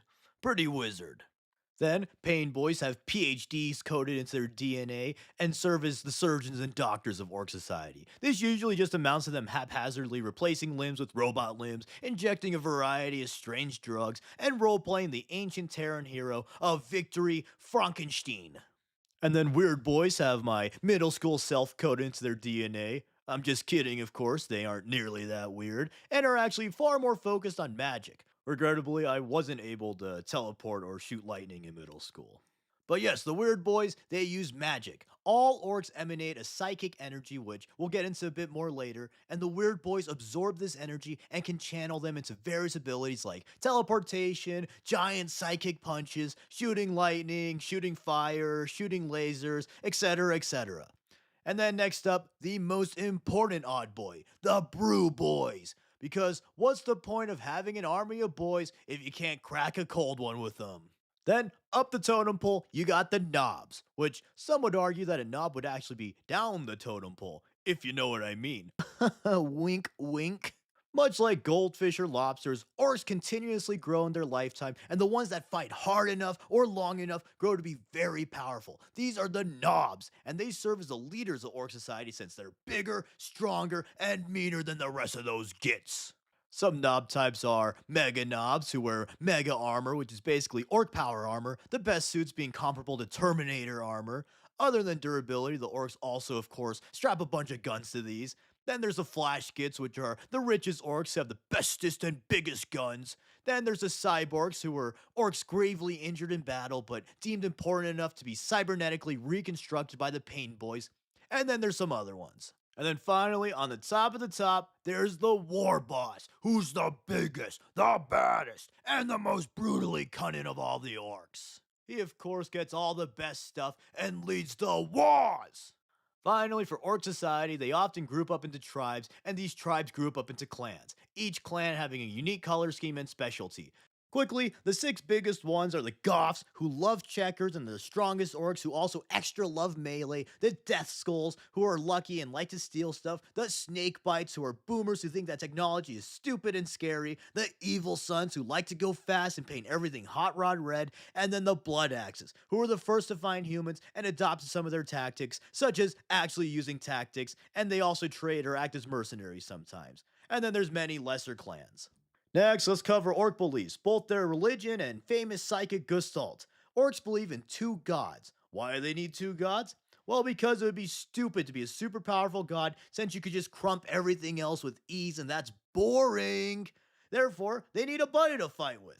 So there's Gork and Mork. One's brutally cunning, and the other one's cunningly brutal, wholly embodying the complex orc war philosophies. And to close off this holy orc trinity is Gazkul, the prophet of the wall, and technically orc Jesus. Like, come on, he was reborn a number of times, performs orc miracles, and killing a ton of things is the closest orc analog of going around performing good deeds and spreading benevolent teachings. Then, on the other side of the orc belief coin is their unique species-wide psychic ability called the Psychic Assault, a concept who gives the stupid-ass shovel memes a run for their misconception money. The Psychic Assault is essentially a psychic field made up of the psychic aura of every orc in an area and can have tangible effects based on the collective orc belief. However, this effect is very, very often over-exaggerated in memes and stuff to a, quite frankly, stupid degree.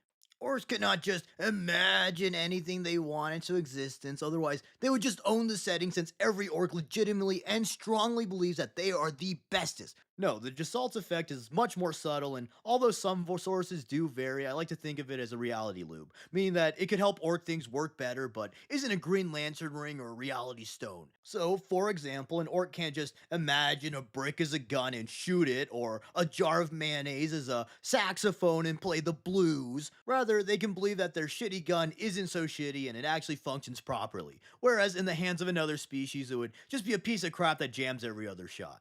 This is also where the color thing comes into play. Some say that the orc color thing isn't real, both in lore and on a metatextual level, but I personally subscribe to the idea that it does give subtle bonuses because it's more fun and other factions have at least low-level reality warping born of belief, so orcs having it makes sense. So red goes faster, blue is lucky, yellow's exploding, and so on.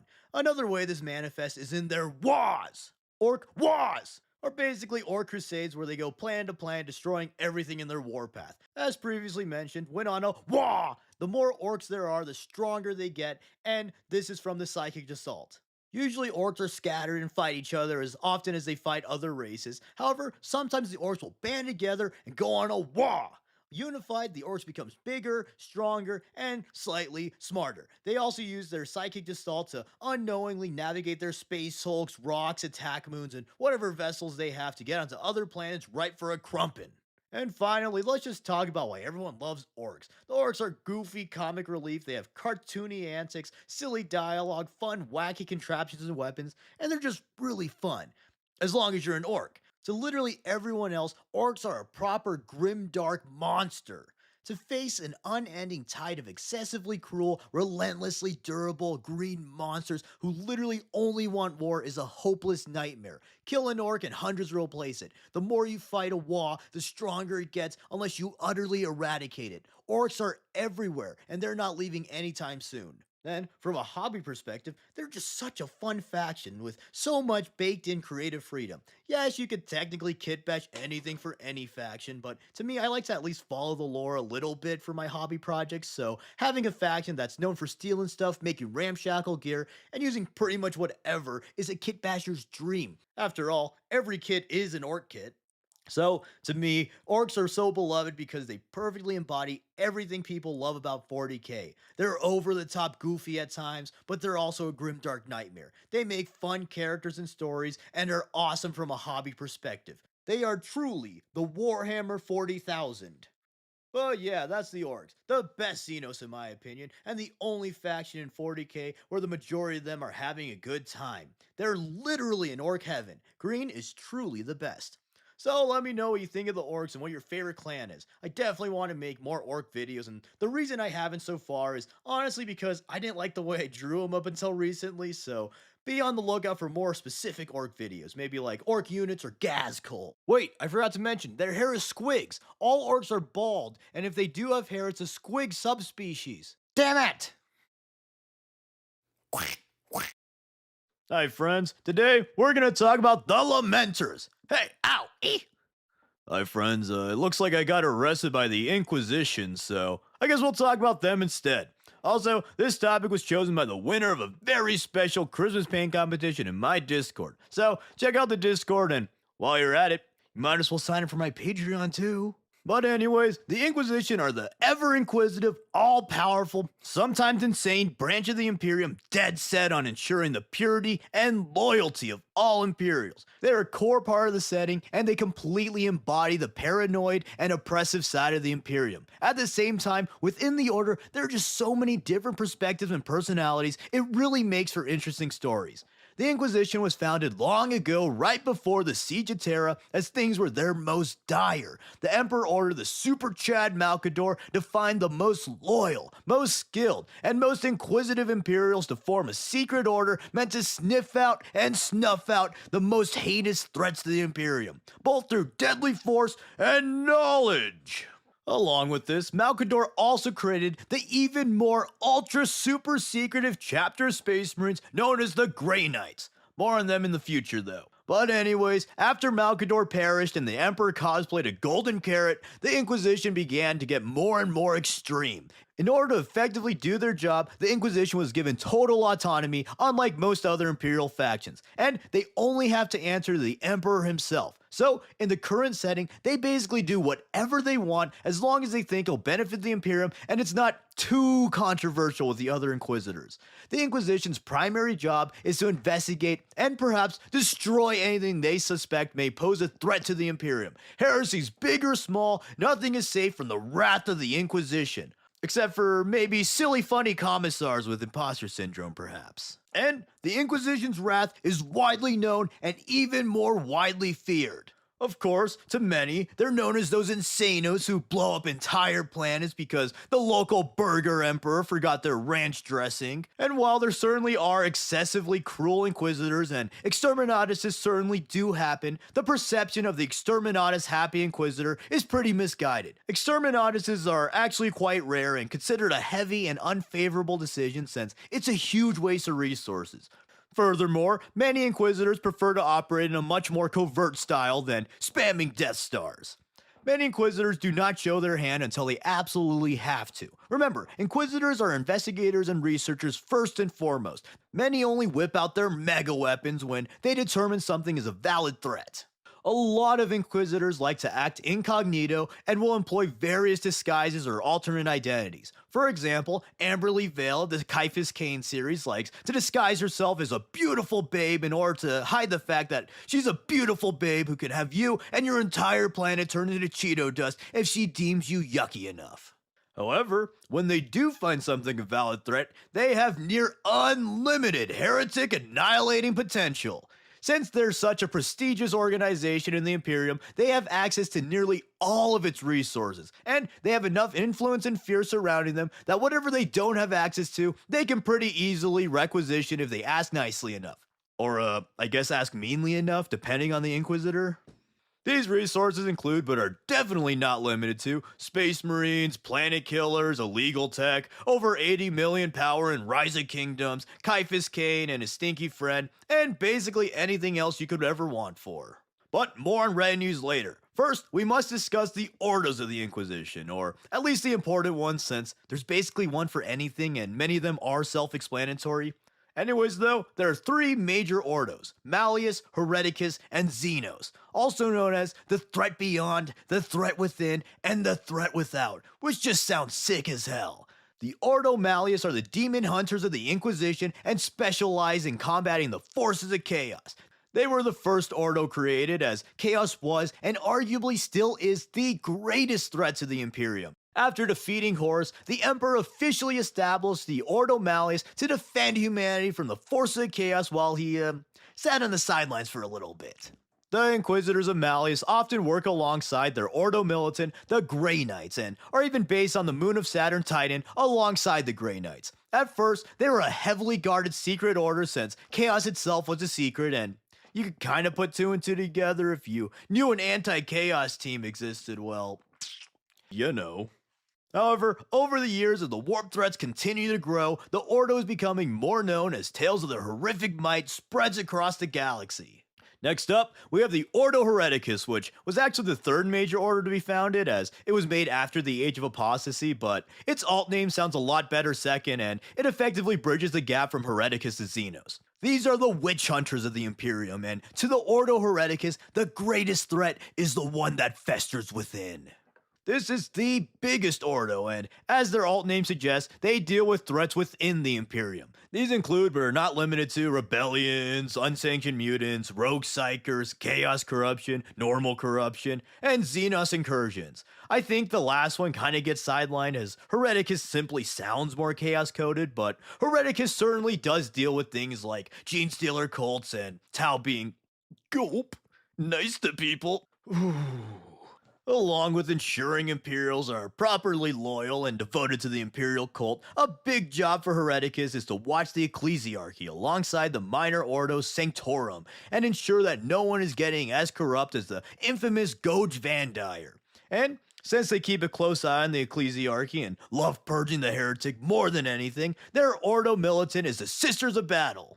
Then finally, we have my favorite one, Ordo Xenos. And if you couldn't already tell, 1, you aren't near analytical enough to be an Inquisitor, and 2, you probably aren't even analytical enough to recognize that I just called you dumb, and 3, yes, of course the Ordo Xenos deals with the Xenos threat. This ordo was founded after the War of the Beast, when said beast waged war and nearly destroyed the entire Imperium. It was at this moment that the Imperium decided that the funky little aliens of the galaxy were actually a threat and not just some loser guys to kick around while they waited for chaos to show up. If only GW would also recognize this. The Chamber Militant of the Ordo Xenos is the Death Watch. So, of course, they often fight together, and Inquisitors can call upon the Watch's aid whenever they need it. This Ordo is also the best since it has Death Watch, Amberly Vale, and Eisenhorn. But with those Ordos covered, I need to remind you that the Inquisitors are not a hive mind, and within the organization, many Inquisitors have extremely different perspectives and methods of operation. Even within the same Ordos, Inquisitors can widely vary. That's why generalized statements like, Inquisitors are all completely callous exterminatus spammers, kind of fall flat. Yeah, many Inquisitors are some of the most evil dudes in the Imperium, but not all of them, and that would apply to basically any wide-sweeping perception of the Inquisition.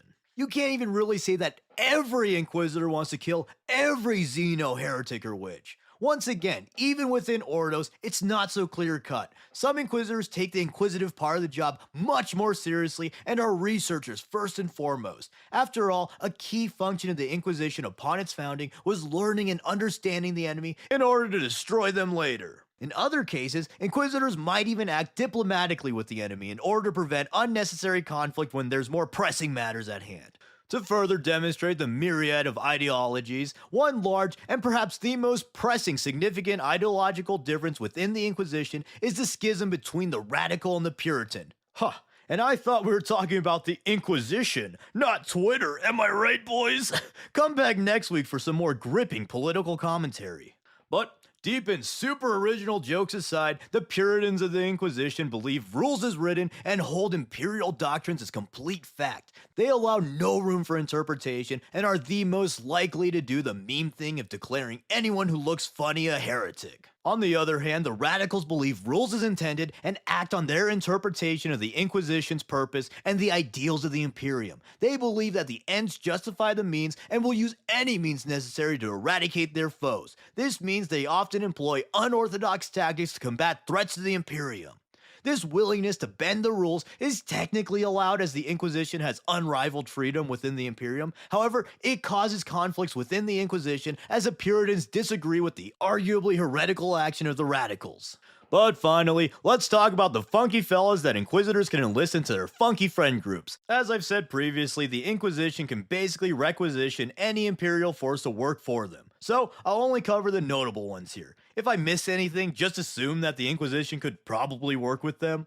Members of an inquisitorial retinue are called acolytes. Acolytes can be permanent members of a retinue or temporary tools at the Inquisitor's disposal. This is also how new Inquisitors are made, as particularly promising acolytes can be promoted into Inquisitors if his or her master finds them worthy and 3 other Inquisitors also approve. So, first off, the Inquisition can of course call upon Imperial Guard forces to aid them. Depending on the task, this can range anywhere from penal legionnaires to the endlessly awesome Kazerkin! Woo! They've also got their own inquisitorial stormtrooper force, but any Inquisitor with an ounce of cool would try to get some Kazerkin. If they're worthy of the Kazerkin's help, of course. Then, next up, we of course have their respective Ordo militants. That should be obvious. So obvious, in fact, it makes me endlessly annoyed that you can't take Deathwatch, or Grey Knights, or Sisters of Battle in the Inquisitorial Agents Kill team. Watch till the end for a mini rant and some of my silly ideas. But, other than their own Marines, the Inquisition can also call upon other chapters to help them out if the need arises. And, since it's not usually a good idea to say no to the guy with the planet-killing button and the unlimited freedom to use it, most chapters heed the call.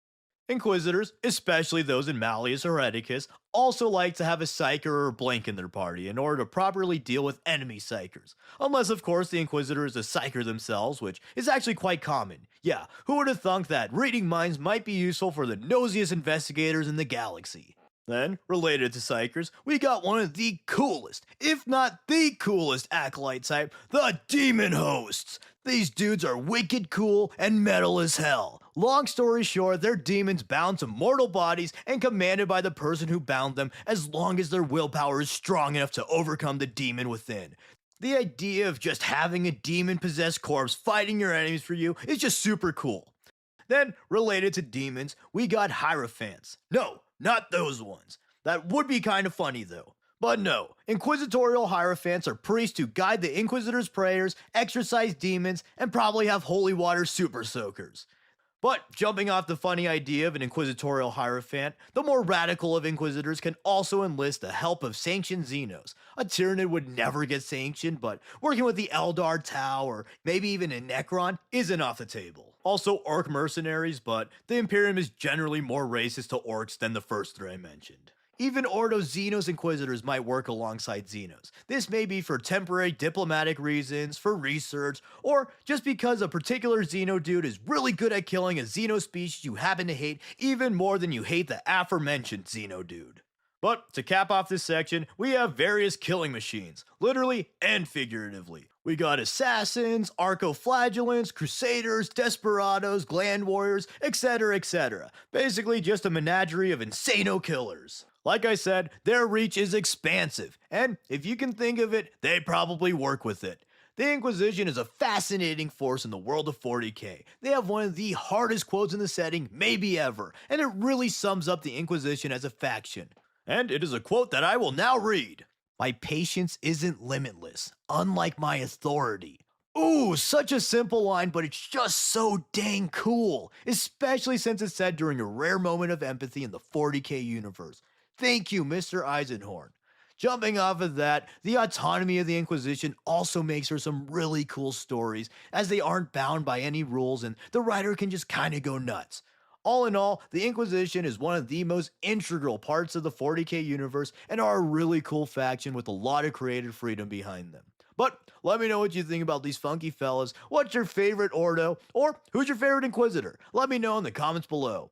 Okay, the Inquisitorial Agents team could have so easily had the Sisters of Battle, Deathwatch, and Grey Knights, or at least one of them. They're essentially half teams anyway, so the existing compendium rules would have worked just fine. Sisters of Silence are cool, but Sisters of Battle would have been a bit more thematic and could have had the same exact profile minus the blank stuff. Plus, Grey Knights are even cooler demon hunters. Then, Signs are just completely useless when Khazarkan are a direct upgrade, so just axe them and add Deathwatch. Just do 3 Marines. It might be OP, but agents have been broken longer than my channel existed, so might as well be broken with cool Marines.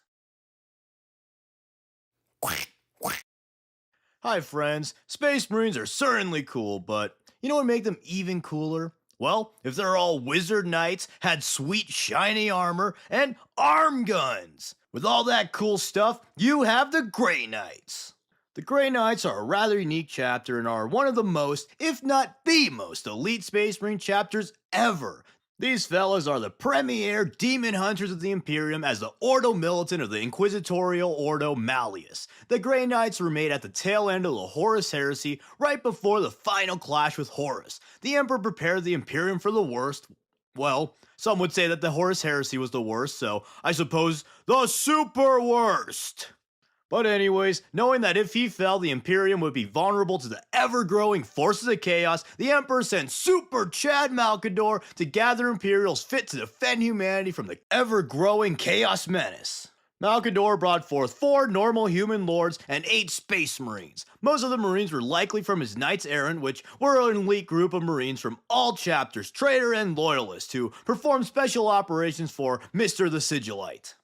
These marines were taken to the moon of Saturn, Titan, to establish a new chapter in the ultra super secret fortress monastery on Titan. Originally, this new chapter began with marines from existing legions, but going forth, all new aspirants would be forged with a special gene seed based on the Emperor himself. Malkador appointed Janus, a former Thousand Son, to be the first Supreme Grand Master of the Knights and began production on the new mysterious breed of marines. And thus, the 666th chapter was born. Cause yeah, 18, 19, 20, 666. Alright, that's a bit disingenuous as there is an in-lore explanation for this. During the Siege of Terra, there was just so much insano warp energies in the solar system that funky shit started happening. And of said funky shit, one of the funkier shits was the entire moon of Saturn just disappearing into the warp. And then, years later, during the second founding, it finally returned. And thus, the Grey Knights were officially dubbed the 666th chapter. Which also seems a bit far-fetched, as the second founding almost certainly didn't have 646 new chapters. But we all know that the Grey Knights were clearly named the 666th chapter because it's cool and edgy, and they just wrote some of the lore to be band-aid solutions to the reasonings. It doesn't really matter that it doesn't make sense, because it's cool, and it's also kind of funny that the ultra demon-hating chapter bears the number of the beast. But anyways, one convenient thing about your super mega chapter disappearing into the warp for a bit is that the warp is a strange place and time rarely progresses regularly. Plus, you'll constantly be facing demons and horrors beyond human comprehension. Which, that second one might not sound like a benefit, but for insano super dudes like the Grey Knights, it indeed is. So, when the Grey Knights returned to real space, they were already a full-fledged chapter of elite demon-killing machines, fortified against the treacherous influences of chaos. How convenient. Oh boy, that certainly sounds cool. How can I become a Grey Knight? Well, first off, every aspirant has to be a psyker, so tough luck, that writes off 101% of my viewers with an approximate 1% margin of error. But for the absolute 0% of you who are psychers, these psychers are often chosen from the black ships transporting psychers to Holy Terra. Promising psychers are taken to the Chamber of Trials on the Grey Knight homeworld of Titan, and if they pass the trials, they are subjected to a more sophisticated version of the regular Space Marine augmentation process and psycho indoctrination. Then, after all that, they have to pass the 666 rituals of detestation. These rituals are super mega nutty insano. So nutty insano that most full-fledged Space Marines wouldn't be able to pass them. But if these aspirants do pass, their memories and their past lives are wiped and they're given a new name. Reborn, the Space Marine neophytes train under a Justicar until they're promoted to novitiates and are officially accepted into the chapter. The final standard augmentation for Grey Knights is a subdermal silver purity ward across their body to further fortify them against the influences of chaos. Each and every Grey Knight is a powerful psyker, and they're trained to harness their psyker energies into a protective warding aura known as the Aegis. This training allows them to essentially channel their soul energy through their armors and become anathema to demons, kinda like a mini version of the Emperor's aura. In addition, they're taught anti-demon tactics. One potent tactic is true names, and another is of course cool sword skills. But back to the first one. To demonstrate how powerful true names really are, one time absolute mad lad Supreme Grandmaster Caldor Drago was able to incapacitate a demon Primarch Mortarion by speaking his true name. By speaking his true name, he was able to weaken the Primarch, and then he flexed on him by carving the previous Grandmaster's name into Mortarion's heart. Now, depending on how much you like the Knights and or how much you think that Chaos is a total joke, this moment may or may not be total bullshit. But it is a canon moment that demonstrates just how powerful of an asset a true name can really be. This moment is totally bullshit though. Anyways though, although Grey Knights are some of the best, if not the best, and they have some of the best, if not the best equipment to face chaos, the forces of chaos are endlessly vicious and viciously endless. So, in the grim darkness of the far future, not even the stalwart Grey Knights are immune to getting stabbed to death by big old demon swords. When killed, if possible, a fallen Grey Knight is taken to the death field to Titan. Their body is then cleansed of taints, and then a 666 word oath of sanctity is inscribed on their corpse. But Grey Knights are a lot more interesting alive, so let's talk about their fighting style and unique weapons. All of the Grey Knight stuff is made on their exclusive Forge World of Deimos. Since Deimos is a moon of Mars, it's one of the smallest Forge Worlds, but it makes some of the most powerful gear. So that's right, fellas, size doesn't matter. Also, funnily enough, this moon was magically taken from Mars' orbit and put into Titan's orbit. How convenient. Of these weapons, we obviously have their arsenal of Nemesis Force weapons that fits their knightly theme. Force weapons are weapons that are psychically attuned to the user to be extra deadly to their foes, and extra deadly to their demonic foes. The most common Nemesis weapons are swords, halberds, demon hammers, warding staves, and, coolest of all, dual Nemesis Falchions. Woo! Wait, probably just as cool as the Falchions is the mother flippin' Nemesis Doomfist of the Dreadnoughts and Dreadknights. Woo! Then, in conjunction with their melee armaments, one of the coolest and most iconic aspects of the Grey Knights are their fucking epic arm-mounted storm bolters. Woo! Coolest shit ever. Originally, their Nemesis weapons had bolters on them like Custodi Guardian Spears, but they eventually switched to having arm mounts, probably because it's sick as hell. The arm mounts free up their offhand to better use their melee weapons, but it also keeps them ready to unleash ranged salvos at a moment's notice. These bolters are operated with psychic impulses, and each of their bolts are meticulously crafted over many years. To make even a single blessed null bolt, a person pure of soul and devotion is sacrificed. And you thought 50 cents to shoot a 357 was bad. Phew! The sacrifice of a single person is debatably worth it since null bolts are extremely effective against warp entities as it severs them from the immaterium and thus greatly weakening them, if not just straight up killing them. But also, storm bolters shoot like a ton of bolts, so is like a single burst really more effective logistically than a few guardsmen or a gaggle of devoted Imperials? I don't know, but it also shows how insano and callous the Imperium can be, so that's interesting flavoring at least. Also, theoretically, these would only be used against greater demons and other threats that are near immune to conventional weaponry, but I play Chaos Gate Demon Hunters, and let me tell you, hundreds of souls are lost to kill no-name hobo cultists and overly suspicious pillars, so take that as you will.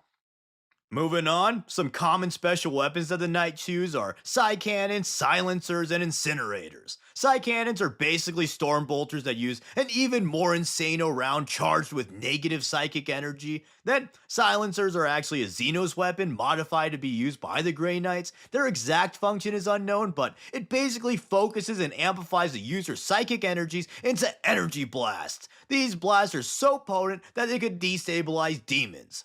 And then finally, incinerators are basically just flamethrowers, but with, you guessed it, psychic charging. The Promethium used is psychically charged to shoot impossibly hot flames and to melt demons with literal hot burning holy faith.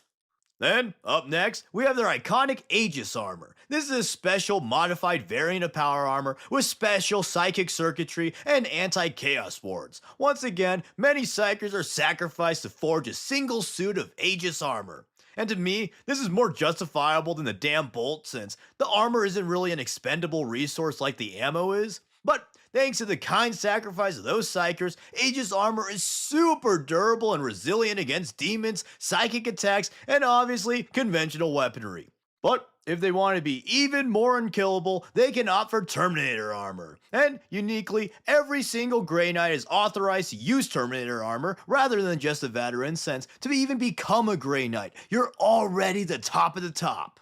Then, as for Grey Knight tactics, they operate in complete secrecy. Even to other Space Marines, the Knights are either wholly unknown or mere myths, and to those who do witness them, they're mind-wiped or executed. To ensure this secrecy, the Knights are only called to face the most heinous chaos threats. When summoned, they try to complete their objective as quickly as possible. So, they'll teleport close to their enemy as possible, wreck shit, and then teleport away in complete secret. And if any other Imperials do catch a glimpse of them, well, the Inquisition will throw a bitch fit and try to execute all those Imperials. Furthermore, in the tactics department, Grey Knights are often put into specialized squads. Strike squads are the basic unit that forms the backbone of their formations, and Scepter squads are the coolest ones as they all have personal teleporters to wreak havoc with unparalleled mobility. Then Purgation squads are the heavy weapon specialists, and finally, the two most elite squads are the Purifiers and the Paladins. Both of these are composed of the most elite and most pure knights in the chapter. The Purifiers are the holiest and most spiritual. They ensure the sanctity of the order while also inspiring their brothers in battle. And the Paladins are the most accomplished fighters in the chapter. These dudes are even nuttier than the average Grey Knight and are some of the most skilled combatants in the Imperium and entire universe for that matter. Then finally, let's close this off with the coolest Grey Knight, nay, the coolest Warhammer unit of all time. The greatest, the most badassest, ultra spectacular killing machine, the Nemesis Dread Knight. Okay, well, not gonna lie, I do kind of like the Dread Knight. It kind of reminds me of those Matrix mechs, or even more badassly, the Lego Exoforce dudes. Plus, this is far from the dumbest thing in the Grey Knights. Their average lore blurb is like 5 times sillier than how this thing looks. If the model could just do anything but its silly ass awkward prom picture stance, it actually does look pretty badass. Plus, this thing was made to combat greater demons, so the imagery of this thing dueling a huge bloodthirster or something is just super hella cool. But that's the Grey Knights. If you want an ultra elite but not quite Custodes elite, super ultra pure mega marines, then these are your boys. Hell, in their entire chapter history, not a single knight fell to chaos. Oh man, that is pure. And also, admittedly, I've never been that big of a Grey Knights fan. I'm more of a Space Wolf enjoyer myself. One big hangup I have is that I'm torn whether or not I like how silly extreme their lore is. A lot of people say that Grey Knights are an example of grim derp, and that would be because they are. Like the 1 in a million novitiates becoming Grey Knights thing. A single life for a single bullet. Hundreds of lives for armor, etc., etc. It's just logistically absurd. Like, it's hard to believe that 1,000 Space Marines or something is somehow less effective than a single Grey Knight. Or hell, even a custodian seemingly has less sacrifice made to make one of them. And I actually love the silly and over the top nature of 40k. Grey Knights just kinda skirt the line for me. On one hand, I love that they exemplify the needless, insane sacrifices that the Imperium is willing to make just to try and preserve their dying empire. And I love how it hammers home just how fucking absurdly elite and insano the Knights are. But on the other hand, it's almost just too stupid. And I know some of the Grey Knights' more dumb lore got retconned, but I'm still iffy on them. But, I mean, it's hard not to like super wizard space marines with dual magic swords and an armed machine gun. And also, aesthetically, they're some of my favorites of all time. I'm just not a huge fan of their lore. Also, Grey Knight players can piss off with the wolf hate. So many Grey Knight fans say how stupid and Mary Sue the wolves are, but brother, you literally like the Grey Knights. When you get down to it, the Space Wolves and the Grey Knights are actually quite similar. They pull off absurd feats that shouldn't be possible. They're great against Psychers, they love their runes, and they have crazy extremo characters, and so on and so on. Space Wolves just aren't total dickheads like the Grey Knights are. Also, I don't even care about the OP characters in a setting like 40k since I believe rule of cool trumps most things and OP characters are cool, but just don't be a hypocrite with your blind faction simping. But anyways, I think I sufficiently pissed off all the Knights viewers, so let me know what you think of them. Are they the coolest chapter of all time, super duper mega marines, or are they just grim derp shiny idiots? Let me know in the comments below. People say Space Wolves killing Grey Knights is bullshit, as if Grey Knights banishing Primarchs every weekend isn't the real issue in that power scale. Hi friends, it's the Christmas season, so let's talk about a faction led by the legend himself, Santa Claus. That's not Santa, but he has a sleigh and a beard. Who the hell's Logan? Oh, well, I've been informed that this fine gentleman is not in fact Santa, but some guy named Logan Grimnar. Well, if we're going to be talking about Logan, I guess we should talk about the beloved character Wolverine. Wait, Wolverine. Wolverine. Wolverine is just one letter away from wolves. Oh my god! The Space Wolves are unironically one of my favorite Space Marine chapters, and I think they get a bad rap. What's not to love about super soldiered, power armored space Vikings? Plus, they're one of the few factions who know the ancient art of chilling with the homies and not being depressed all the time. The Space Wolves are the 6th Legion and were known as the Rout before meeting their Primarch Leman Russ. Their first aspirants were made up of Terran tribesmen. Their barbaric instincts were only amplified by the Space Marine augmentations. As such, the Emperor isolated the Legion until they were needed. So then, sometime later, the Emperor sent the Legion to the world of Delsvan, where they proved their mettle, and by mettle, I mean the fact that they're extremely super scary, brutal savages. And this is where they earned their moniker of the Rout, since their appearance would make the enemies, you guessed it, rout. These early Marines would kill absolutely everyone and everything they came across, and additionally, in the early years of the Crusade, they remained a relatively small legion. These two factors meant that they often worked as an auxiliary shock assault force to the other legions and came to represent the Emperor's wrath before meeting Daddy Russ.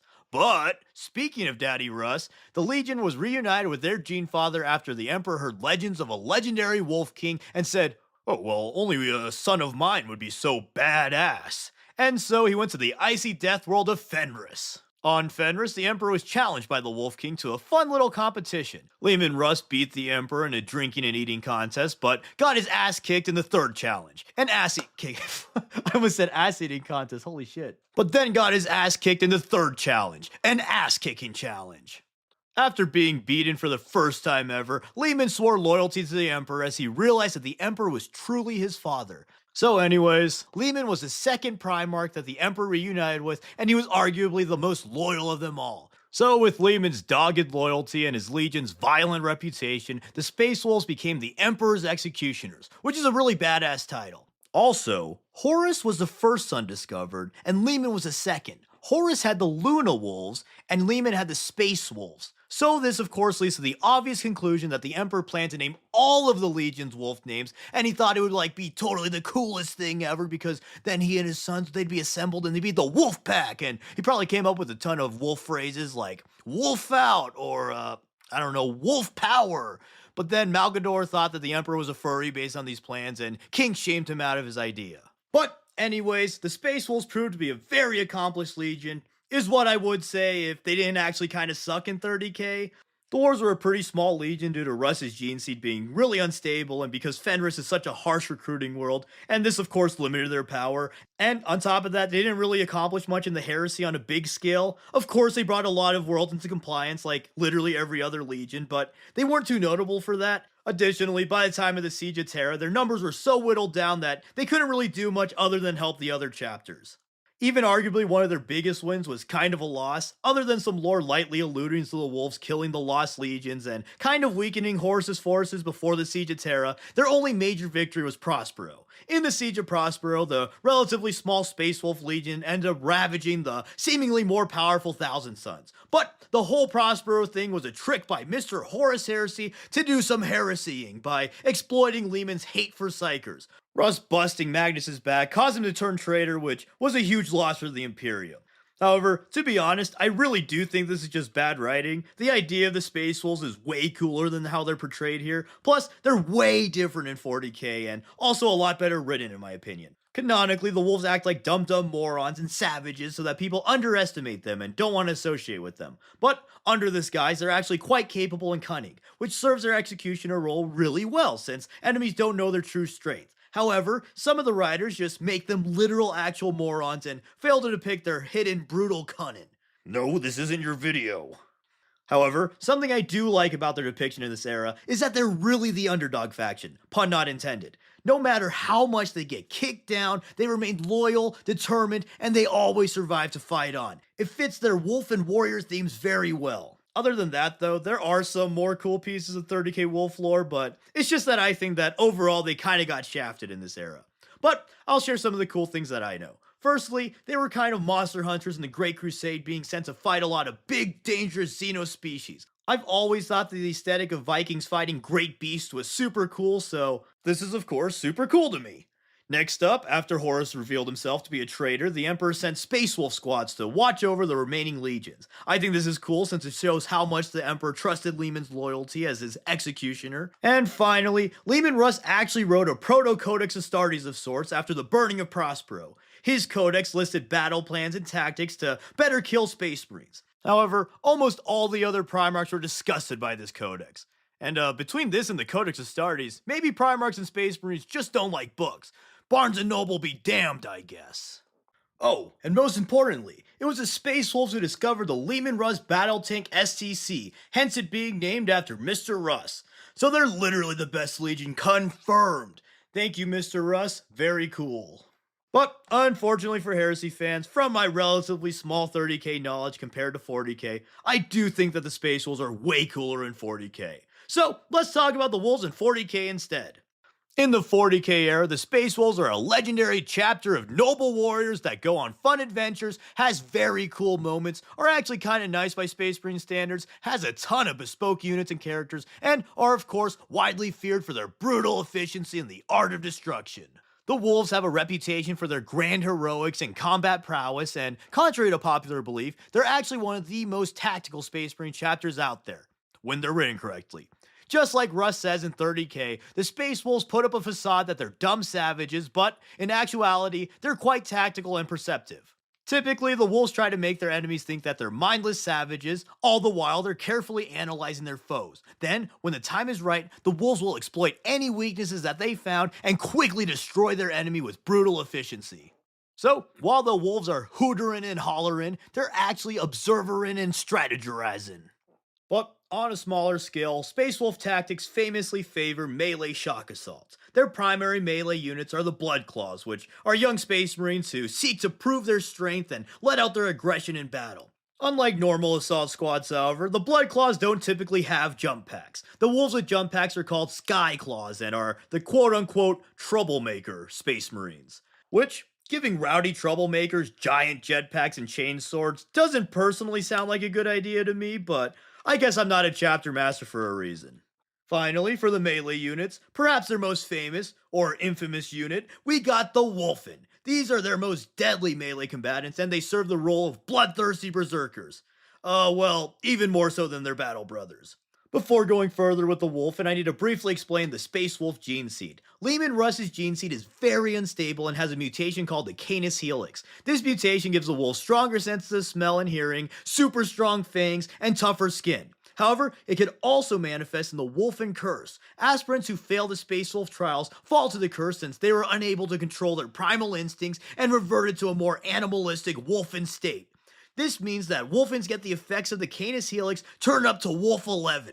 They're even stronger than normal Astartes, get mega fangs and claws, their senses are insanely tuned, and they're hyper aggressive. So, these dudes are literally werewolves, and the perfect berserkers. When the wolves are able to get the Wolfen to work with them, that is. Usually the Wolfen stalk the Fenrisian forest, but sometimes they do work with the chapter and prove to be a deadly force. Also, they're technically not Space Marines since they don't have the full procedure done, but I mean, come on, let's be honest, they're Space Marines. Also, I don't get why people hate their models so much. They're well sculpted, detailed, characterful minis, and I also don't get why people think that these dudes are furries. Yeah, they're furry, but they're not furries. They're literally werewolves with power weapons, which that's pretty wicked cool.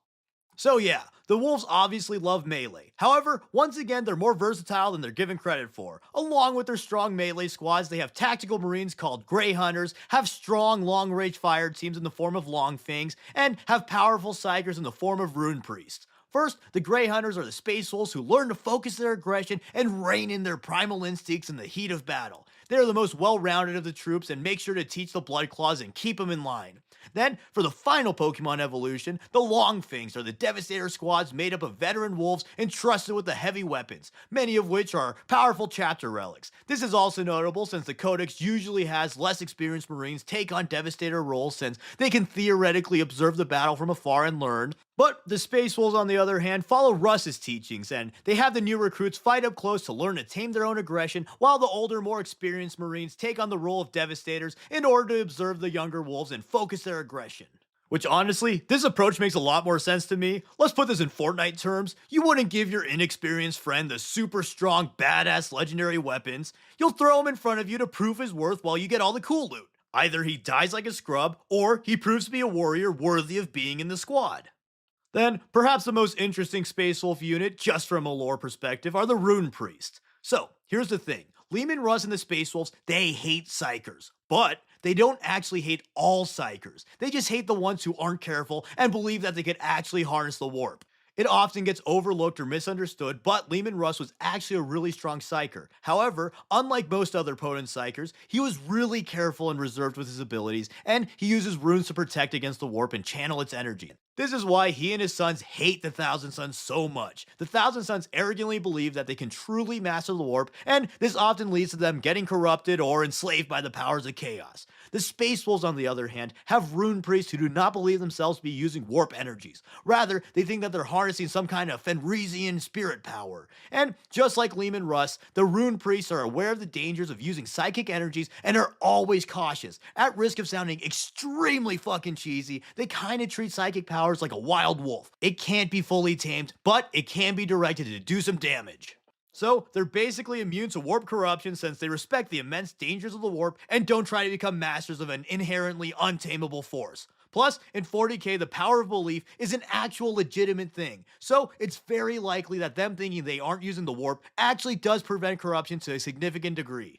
The Rune Priests got their name since they carved, you guessed it, runes into their armor and totems in order to channel psychic energies and protect against the warp. So yeah, the Rune Priests are pretty badass. Their favorite Psyker ability is to summon great storms and use ice powers.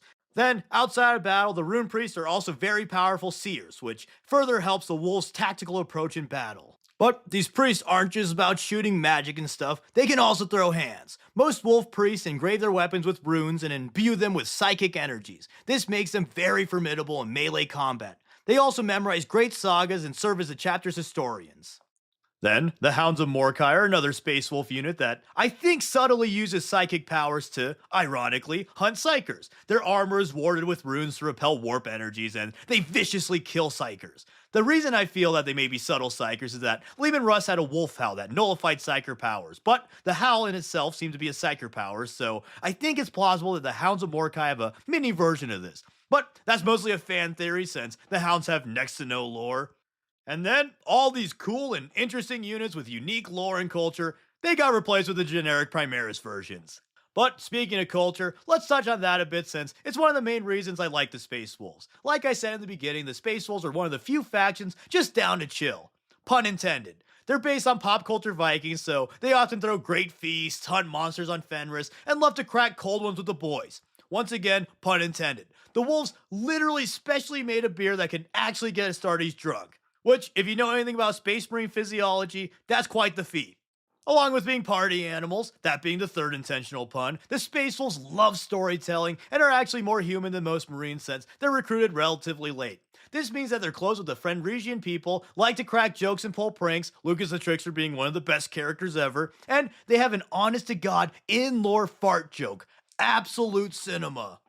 Another thing that makes me really respect the chapter is that, in 40k, they really fit into the honorable protector of humanity role. Before disappearing into the warp, Leman Russ reformed his chapter to not only be total bloodthirsty murderers, but to also be more noble in defending the Imperium and its people, as that's what the Emperor would want. So, in the current times, the Space Wolves actually often do whatever they can to try and save people when they're able to. Kind of like the Salamanders. Where they differ, though, is that the Salamanders value all human life, whereas the Space Wolves specifically value people who have the fighting spirit and are true warriors. Fenrisian culture does not tolerate weakness. As such, the Space Wolves usually value and protect the lives of warriors above all else. This is why after the War for Armageddon, they are so appalled by the Inquisition wanting to wipe out the Guardsmen who stood up to an Armageddon-level invasion. But finally, for their culture, here's a really cool factoid. Space Wolf aspirants are chosen by Wolf Priest Watchers after they prove themselves in battle. And many of these young warriors actually died, but were revived to partake in the aspirant trials. So, the Space Wolves believe that in order to become an Astartes, their human self died, and they were reborn as a Space Marine to do glorious battle in Valhalla, which is just totally badass. Oh, and they also call the Emperor the Allfather, which, that's pretty neat. The Space Wolves also have a ton of characters, so many that I won't even touch on them that much here since I don't want this video to be an hour long. But just know, Logan Grimnar's their chapter master and he's also Santa Claus, Ragnar Blackmane's the best, Lucas the Trickster is just a silly goofy guy, and finally, Bjorn the Fell-Handed is not only one of the oldest loyalist Space Marines, but he's also one of the coolest. And finally, here's a bit of a patented crackpot take. You already know I think that Space Wolves are overhated, but I think this hatred is especially strange since Space Wolves are straight up the Space Marine equivalent of Catachan. Hear me out! Hear me out! Tell me who I'm describing here. Brutal Deathworld natives, extremely strong and known for their melee prowess, have a strong distaste for authority, and have a ton of characters who have inexplicably impressive feats. Alright, I'll give you a second. Okay, second over. See, I was right. Now, Catachan are super beloved for these things, but Space Wolves are super hated for these exact same things. So, this leads me to believe that, much like sorority girls, these two factions' popularity is tied to the amount of skin showing. So, if the Space Wolves just ditched the power armor for some headbands and crop tops, they'd probably avoid the hate if this theory is to be believed. Also, the wolf thing that people hate so much is literally the same for 50% of Space Marine chapters. I also much prefer the fan theory that the overuse of wolf is just because Low Gothic doesn't have the words for Fenrisian terms. That's a phenomenon that happens in real life, and it would be pretty flavorful. But with that, that's the Space Wolves. And I really like this chapter. I truly believe that they are the most overhated faction, even more so than the Ultramarines or the Tau. Crazy, I know. It's true that they sometimes get a disproportionate amount of attention and can sometimes be stupid or cringe, but I think that's more of a writer's issue than anything, and their core traits are really cool to me. Noble space Vikings who are sometimes down to clown and occasionally fight alongside werewolves is pretty dang cool to me. Plus, I like the 40k factions that really lean into the silly. Oh, I just can't wait for all the comments saying I'm a furry since I like the Space Wolves. The wolf helmets I think are actually cool, alright? Ornamental animal helmets were a thing in history, and they were cool. I'm not a furry for thinking that. Hi friends, Space Wolves have quickly become my favorite chapter ever since I started collecting them last year. I love their aesthetics, I love their heroic nature, I love their warrior culture, but what I especially love is their vast lineup of awesome characters. And out of that vast lineup of awesome characters, Logan Grimnar has to be one of the most awesomest character, and is in a three-way tie with Ragnar and Ulrich as my favorite. So, with the best looking Primaris Marines ever revealed, and perhaps the best looking 40k Marine model, my wolf hype is at an all-time high. So, screw the Chaos release I was gonna do, let's talk about one of the most legendary heroes of the Imperium. The Ultra Mega Super Chad Logan Grimnar is one of the best, if not the best, chapter masters of all time. He's a charismatic leader who leads his wolves in great battles across the Imperium, defending the Emperor's loyal subjects by all means necessary. Defined by his honor, unrivaled ferocity, and tactical mind, Logan Grimnar is a legend among legends. Despite his myriad of larger-than-life feats, he's also one of the most human Marines, which makes me like him all the more. Logan Grimnar began like most people do, as a sperm fertilizing an egg, but we'll skip that part all the way to when he was a child. Born on Fenris to the Ironblood tribe, Grimnar was trained in combat like all Fenrisian youth. Eventually his tribe would come into conflict with other tribes, since killing each other is essentially the national pastime of Fenris. So, in the ambush by an enemy tribe, all of Logan's crewmates had been slain, and the young Grimnar had a bloody last stand with his assailants. His bravery and skill in battle was noticed by Wolf Priest Ulrich, and he was brought to the Fang to be made a Space Marine aspirant.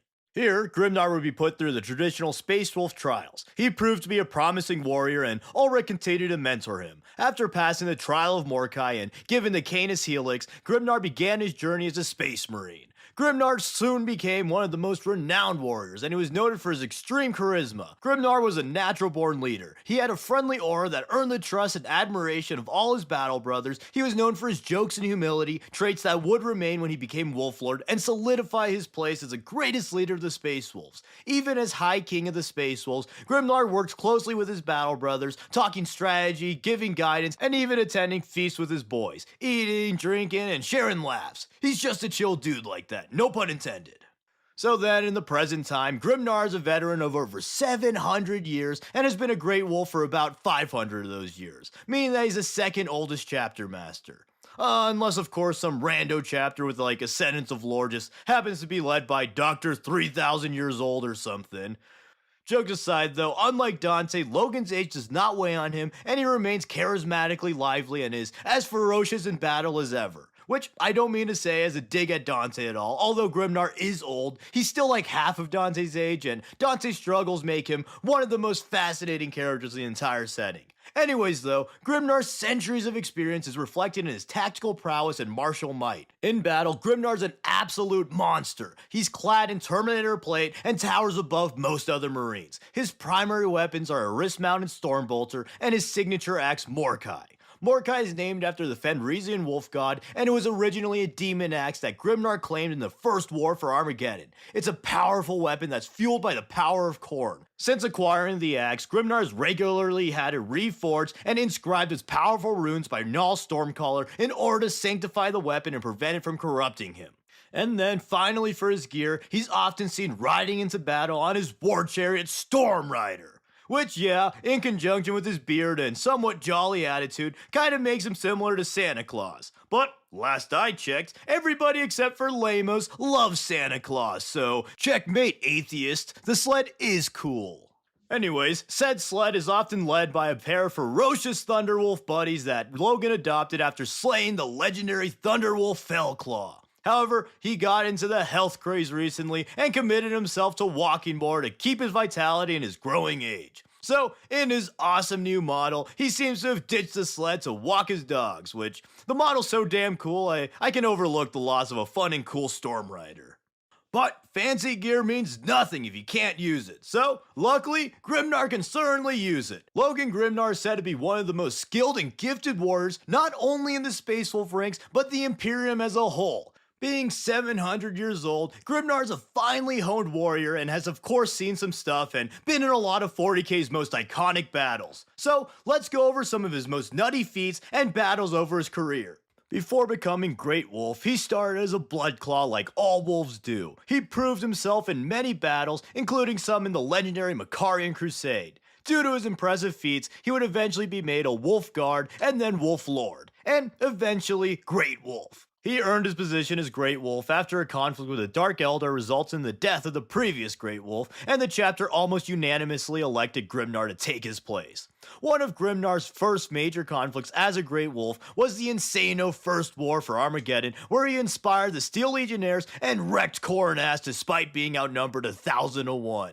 After the war, he would go on to wreck Grey Knight after they had betrayed him. More on that soon though. As a Great Wolf, he led the chapter, amassing many victories and legendary feats.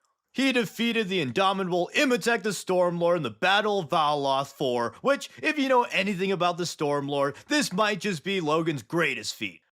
He also fought alongside the Dark Angels and Cadians in the pivotal Fall of Cadia. The Wolves and the Lions made for a near unstoppable force that greatly helped the valiant Cadians despite the tragic fall that would come. And then finally, he would defend his home in the Siege of Fenris, where he would land a decisive blow against Magnus himself, banishing the Primarch with the help of the Grey Knights and saving his homeworld. Absolutely wild.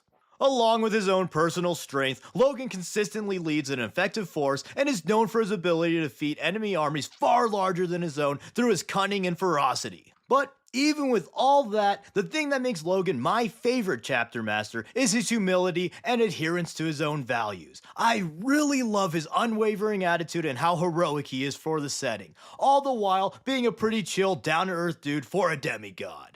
Over the 700 years, Grimnar's become very wise and has a wisdom only eclipsed by the legendary Bjorn the Fell-Handed. And he's a tactical powerhouse. Grimnar's vast experience earned him a deep understanding of the Imperium and the endless powers which threaten it. As such, the High King's most sacred duty is to protect Imperials, which exemplifies one of Logan Grimnar's most defining traits, that being his unshakable honor. No matter what, he will stick to his values and do what he believes to be right. His stalwart leadership has earned him the respect of many, from humble guardsmen to legendary Marines. But it has also earned him the ire of some influential rivals. Most famously, Grimnar and his wolves came into conflict with the Inquisition and Grey Knights in the Months of Shame after Grimnar fought to protect the brave guardsmen and citizens who defended Armageddon alongside the wolves and knights. After the brutal First War of Armageddon, the Inquisition had ordered its forces, including the Grey Knights, to capture the citizens of Armageddon and the guardsmen that valiantly fought alongside them, and then either execute or sterilize and enslave them. Logan Grimnar, the ultra Chad that he is, found it abominable to subject innocent citizens and the loyal warriors who bravely risked their lives to fight for the glory of the Emperor to such unceremonious ends. So he and the ultra Chad Space Wolves try to save as many Armageddonites, I don't know, whatever the hell they are. Anyways, he tried to save as many of them as possible, which the Inquisition didn't like, and this led to a Cold War later dubbed the Months of Shame. This escalates to one of the most infamous feats in which he killed a bunch of Grey Knights and their Grand Master. Which, also, gotta put on my wolf simp hat again, him killing the Grey Knight Grand Master is not as outrageous as many say it is. First off, Grimnar, the absolute Chad, and his wolves, also Chads, went out of their way to minimize chaos, exposure, and corruption to the people of Armageddon at the risk of their own Marines. So, the Inquisition enslaving them was mostly unnecessary. Secondly, it was the moron Inquisitor and somewhat unwitting Grey Knights who broke the armistice and shot at the defenseless Space Wolf ships, and then had the audacity to call the Space Wolves the dishonorable ones, as if neutering and backstabbing your allies is the peak of honor. Thirdly, Grimnar is objectively one of the most powerful Space Marines and a chapter master, and he caught the Grand Master, a captain equivalent, by surprise. Although the Grey Knights are an elite Astartes chapter, they're still Marines at the end of the day. Plus, the Space Wolves are an anti-Psyker chapter, so it's not super hard to imagine that they might be good against Psykers and might just dampen their precognizance a little bit. Whatever you think of this moment, I'm just saying, almost everything in 40k is either the coolest shit ever from one point of view, or total bullshit from another. Space Wolves do it, Grey Knights do it, even the Tau do it. So, this moment's not even in the top 10 most unprecedented feats in my opinion. Plus, other than Grimnar holding a forever grudge against the Inquisition, it seems like the two chapters are more chill now, no pun intended, especially since the Months of Shame are mostly Inquisitor Cisnaro's fault anyways. However, bias aside, this does show the lengths that Grimnar's willing to go to defend the people of the Imperium, which, as a guard player, is one of the reasons I really love the Wolves. Grimnar is one of the most heroic and sympathetic chapter masters and is reflected in his chapter. Another reason he was so willing to defy the Inquisition is that he strongly believes in the Wolves' independence and doesn't like any outsiders, especially unrespectable outsiders, such as the Inquisition, to tell him what to do. But, using that to bridge the people who Grimnar does respect, let's talk about his besties, aka his chapter command. These dudes will get a dedicated video eventually, but they're close to Grimnar, so I thought it was relevant to briefly mention them now.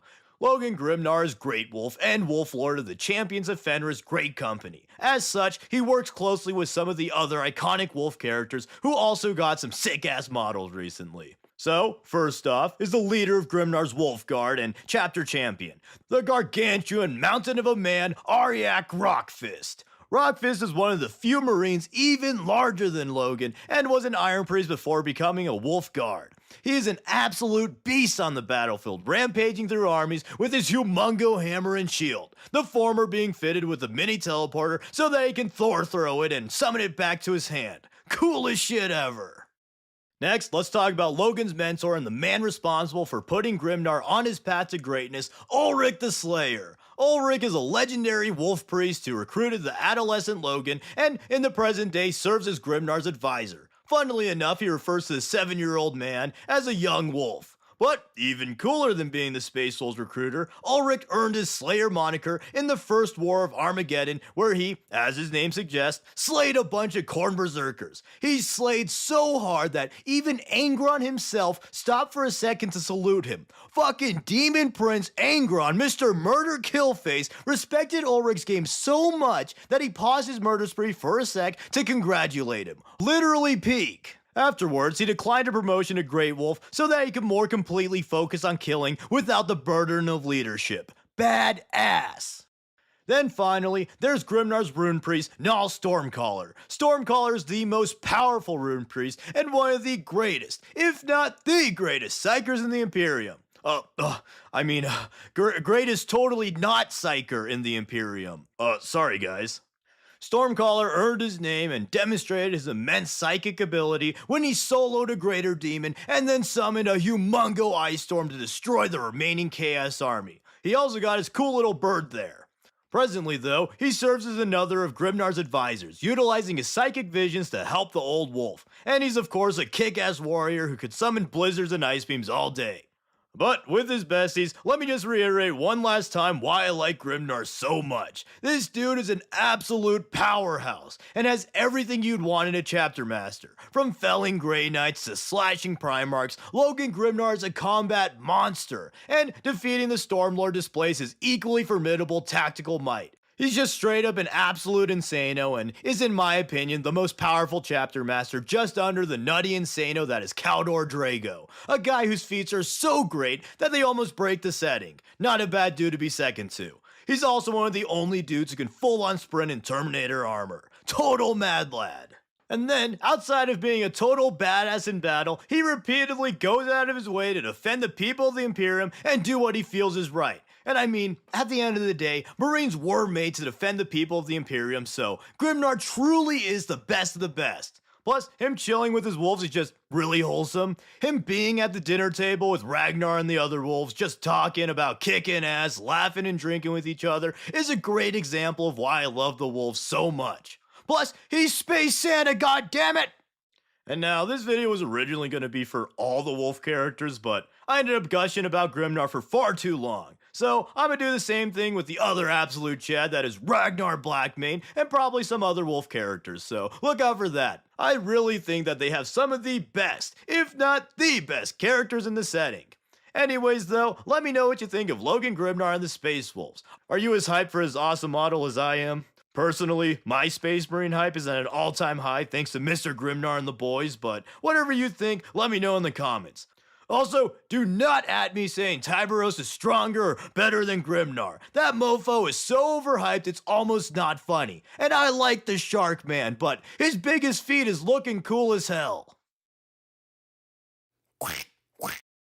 Hi, friends. Wait, friends? What a coincidence I should mention friends, because today we're talking about the Salamanders. The Salamanders are my favorite Space Marine chapter. They have everything I like. It's no secret that I like green, and no matter how dumb this might seem, I actually like the nicer characters in 40k. So, Salamanders really hit the spot. They're green, not too mean, and they love flamethrowers. So, let's just jump right into it just like a Salamander would. The Salamanders were the 18th Legion of the First Founding. Before being reunited with their Primarch Vulcan, the Salamanders were known as the Dragon Warriors, and they were masters of the ancient art of Kung Fu. That last part was a joke, but honestly, Kung Fu Marines would actually be pretty funny. But yes, they were the Dragon Warriors, and even from the start, they had a penchant for sacrificing themselves in order to protect mankind. When the Dragon Warriors finally met their daddy Vulcan, he commended their selflessness in protecting the Imperial citizens against a massive orc horde. Vulcan even knelt to his legion in respect of their heroics in the face of doom. The legion was renamed after the giant salamanders of Vulcan's home world of Nocturne. During the heresy, the salamanders completed a number of seemingly impossible missions, often taking huge casualties in the process. They prioritized protecting humanity above all else, sometimes at the cost of efficiency and often at the cost of their lives. They preferred last stands over lasting long. That sounded weird. I meant lasting long as in living. But regardless, this affinity for last stands meant that the Salamander Legion was one of the smallest legions of the heresy, since they often took heavy losses in their campaign. Most notably in their first ever mission in the Unification Wars, the Isfahan Drop Site Massacre, and of course, in the aforementioned battle where they first met Vulcan. After the heresy, since salamanders got salamander-stroyed so hard, they weren't able to make many successor chapters. In fact, it was widely believed that the salamanders didn't have any successor chapters at all until the Ultima Founding and the introduction of everybody's favorite Marines, the Primaris. Although they've long been said to have no successor chapters prior to the Ultima Founding, it has long been rumored and recently confirmed that there were in fact some successor chapters for the Salamanders. But let's be honest, was it really a question that something like the Black Dragons was a successor chapter to the Salamanders? They use similar tactics and they're dragon themed. Like last I checked, something like the Space Wolves weren't dragon themed. They're getting overhated themed. Also, black skin, black armor. Coincidence? I think not. But after the Ultimate Founding, they did get some new friends, such as the Dragon Spears, the Iron Drakes, and my personal favorite of the bunch, the Dark Krakens. And funnily enough, the Dark Krakens and the Dragon Spears are actually most notable for their aquatic operations. The Krakens hailing from an ocean world where they fight giant sea monsters, and the Dragon Spears known for fighting alongside the Space Wolves in a reefside battle. These two successor chapters show that the Administratum obviously doesn't play Pokemon. Is what you would say if you were a fool. True Pokemon Masters know that the Salamanders will be Fire Dragon type, which means they'd be neutral to water. Is what you would say if you were a fool, because real true Pokemon Masters know that the Salamander Pokemon is the Charizard line, and they got stuck with Fire Flying for whatever reasons, and would still be weak to water. So, plot twist, the original statement was right, and the Administratum probably hasn't played the ancient simulation of Pokemon. Also, nobody bring up Salamence. The Charmander line is much closer to the Salamanders, so I will have none of that. But back to 40k. Hearing about these cool green fellas might have you asking, well, how can I become a Salamander? Well, first off, you shouldn't want to become a Space Marine. It's literally torture and you become a freakish weirdo. But second off, being a Space Marine is actually pretty cool, so maybe you do want to become them because you got sick-ass armor and the incredible strength to cope with the loss of almost all your brothers and maybe your dad after your cousins brutally betray you, and then you get to witness everything you've ever fought for rapidly crumbling before your eyes for the next 10,000 years. Oh, I read that wrong. I mean, you get the incredible strength to bonk your foes with a giant master-crafted thunderhammer. For the Emperor, am I right, boys? Each Space Marine chapter has a slightly different initiate process and trials along with the standard Space Marine surgical operations. And the Salamander trial is actually quite cool as it's modeled on Vulcan's life and upbringing. First, they work as an apprentice for a Salamander, learning smithing and other valuable life skills. Then, if worthy, they're taking Prometheus to get the Astartes procedures done on him. After the operations, the new Space Marine scouts perform the trials that the Emperor and Vulcan did when they first met. All of this culminates in them being sent to hunt a giant fire-breathing salamander for which the chapter was named. Once completed, the scout can become a full-fledged Marine. In the current setting, the Salamanders are fulfilling their normal Space Marine duties of crusading and protecting humanity. Notably, they showed up at Hell's Reach, they were in the Badab War, and they participated in the Indominus Crusade. Along with that, the Salamanders are also on a mega scavenger hunt for the artifacts of Vulcan. These are 9 epic artifacts forged by Vulcan himself and were scattered across the galaxy. It's said that once all 9 artifacts are collected, the Vulcan will return to lead his chapter once more. Clues to their whereabouts have been teased in the Tome of Fire, and the Salamanders gotta catch them all. Damn, that is the second Pokemon reference in this video. Instead of that, let's just say, much like Funko Pops, the Salamanders need to collect every last one of them. And that just made me think. The Salamanders have to collect a bunch of legendary weapons and artifacts in order to bring back a powerful leader and bring a whole new era to the faction. Call me a heretic, but that sounds a lot like the Eldar Crone Swords to me. Perhaps, Eldar, we are not too different after all. Come here and give me a hug, elf man. Real shit? Nah, JK, LMAO. Eat Flamer, you dumb bitch. Oh, man. Salamander's dragon iconography isn't just for show. These Green Marines are well known for their use of flamers, meltas, and other fiery weapons. Their preferred tactic is to use heavy armor so they can get close to the enemy and flamethrow them into the Shadow Realm. The Salamander's resilience and flame weapons make for a devastating combo in close quarters. And even though they're some of the nicer dudes in 40k, that's only if they like you. If not, well, they're some of the most ferocious Marines out there. Their Primarch Vulcan was said to have fury that surpasses even Leman Russ, a true dragon on the battlefield, if you will. Outside of combat, the Salamanders are expert blacksmiths. They create and maintain all of their gear, a lot of which is master-crafted works of art. They also have large forge ships that manufacture weapons for the Salamanders on the go. How convenient. Another cool thing about the Salamanders is that, unlike most chapters, the Salamanders' Fortress Monastery is on the moon of their home planet, and is only really supposed to house the first company. The rest of the Salamanders live on Nocturne when they're not at war. This means that they actually hang out with the people of Nocturne and they could keep in touch with their families when not crusading. Along with their culture, Salamanders also have some interesting abilities and quirks from their unique gene seed. The most obvious and iconic one is the jet black skin and glowing red eyes. This unique appearance results from a flaw in their otherwise stable gene seed. Their gene seed results in a defect with the Space Marines' melanochrome organ. This organ usually allows Space Marines to alter their melanin content on the fly in order to respond to various UV levels accordingly. However, due to the defective melanochrome organ, when a salamander goes to their home planet of Nocturne, the organ goes into super crazy overdrive mode and their skin turns permanently coal black and their eyes a burning red. These mutations make them look particularly intimidating on the field as the hulking giants stomp the battlefield with eyes burning through the fogs of war, scaring some opponents into submission even before the battle begins. Speaking of eyes, salamanders also have infrared vision just like the predator. This is called the firesight and is obviously a useful ability as it would grant improved visibility in certain scenarios. One thing the salamanders use this for is to put cool designs in their armor that emits heat that only the salamanders can really see. Another more practical application is seeing through smoke, kind of like the thing that fire tends to make, and fire being the thing that salamanders tend to make. Oh hey, that's a kick-ass combo if you ask me. It should be noted that theoretically the IR vision would be worse with thick black smoke that oil fires would typically make, but also flamers are said to burn super duper hot, so technically they shouldn't really produce smoke until the fire itself is dying out.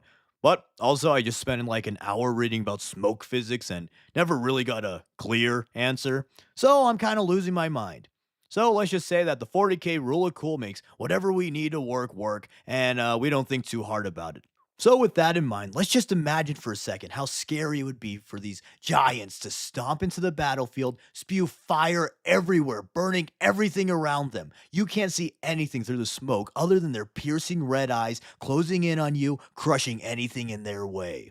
Yeah, salamanders are the best. Sucks to be a heretic, you scumbag. More perks of being a salamander is that they're physically bigger than the average marine, they have high tolerances to extreme heat and radiation, and they have an above average regeneration ability.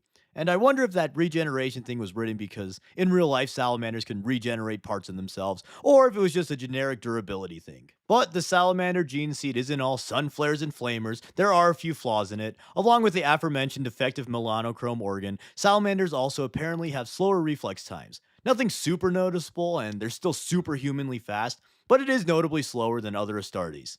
Another weakness you could say if you're a dickhead, cough, Perturabo, cough, Kurz, cough, almost every 40k character, is that the salamanders have an affinity for a strange concept known as basic empathy, and they try to defend mankind at any cost. It's hinted at, but it's still unclear if this strange quirk is connected to their gene seed or not. But that final point is why I believe the salamanders to be the perfect marine. I have always subscribed to the perspective that the Emperor valued humanity above all else, and the insane lengths he went to were always in the interest of protecting humanity and guiding them to prosperity. Even though he was very flawed and made some seemingly nonsensical decisions to further his goals, the Emperor saw humanity as number one. He's literally me. Even something as innocuous as the Imperium skull motif furthers this idea. The human form in itself is beautiful and pure, even in its decayed state.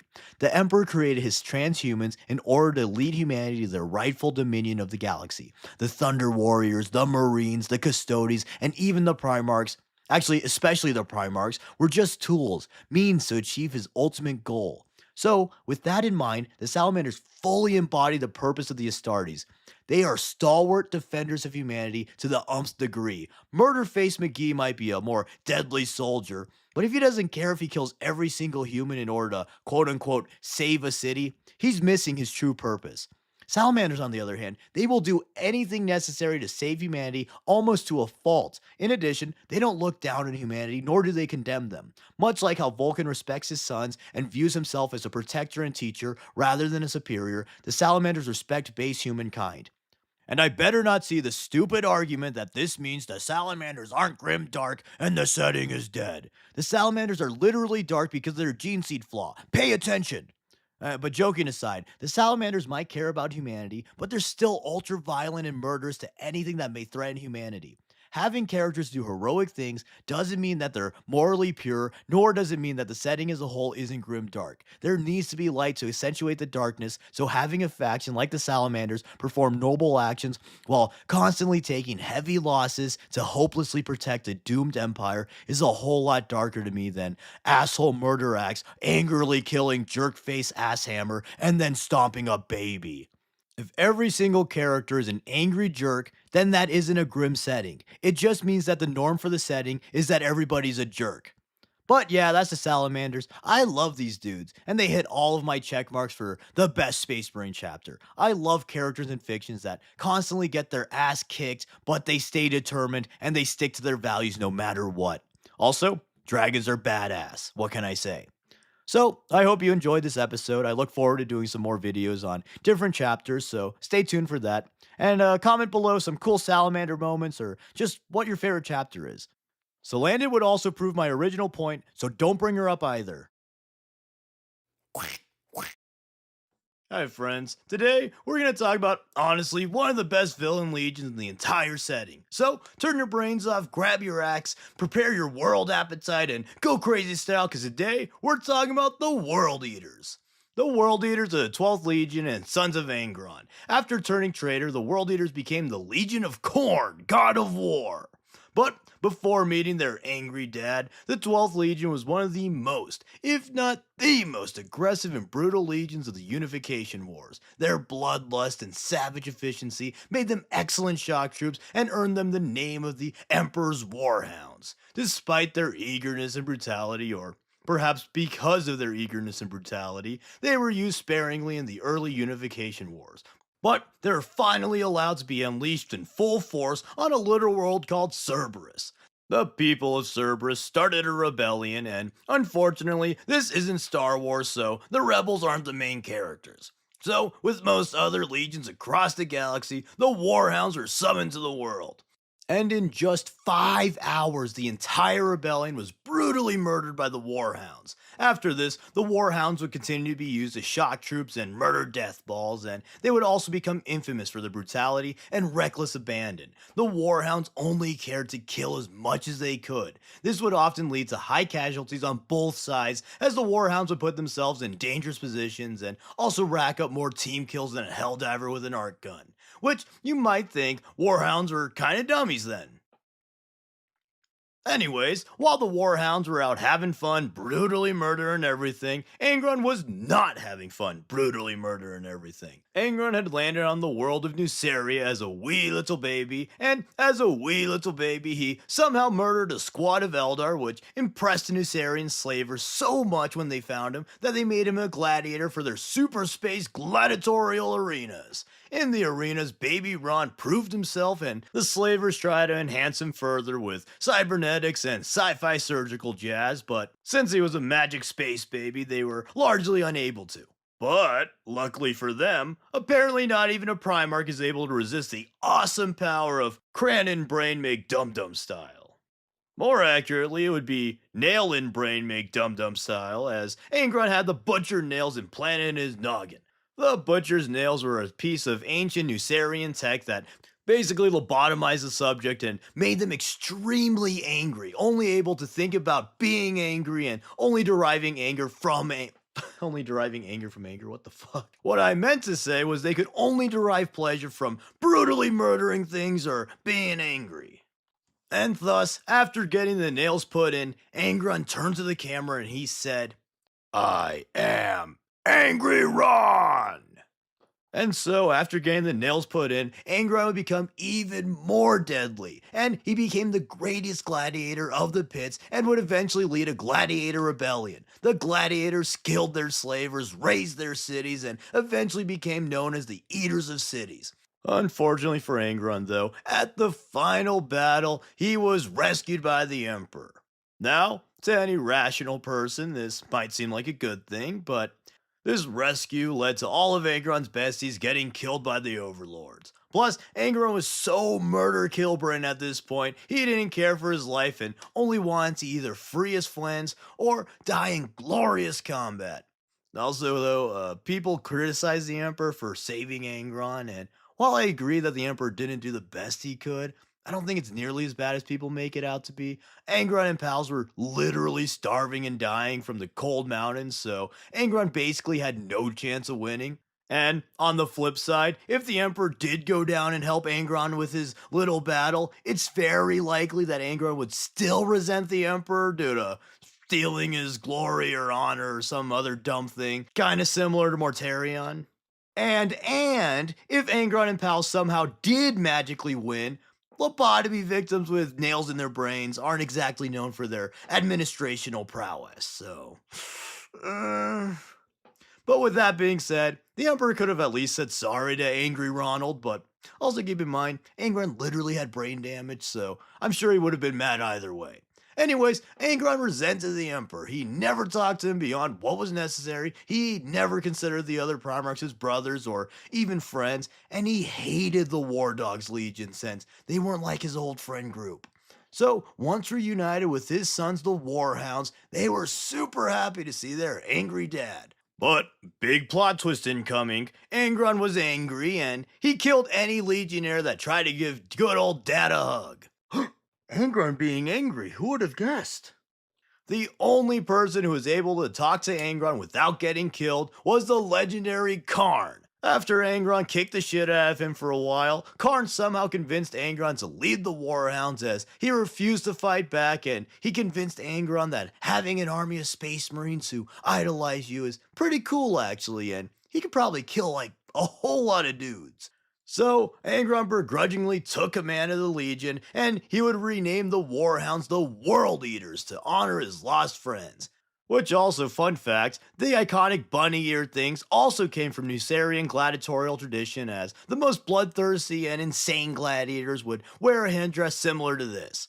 But anyways, despite the parental abuse, the World Eater Legion idolized their Primarch, hailing him as the War Messiah, which, also, another aside, War Messiah is honestly an underrated 40k title. It's just metal as hell. Anyways though, the Legionnaires believed Angron to be the perfect warrior and they aspired to be just like him.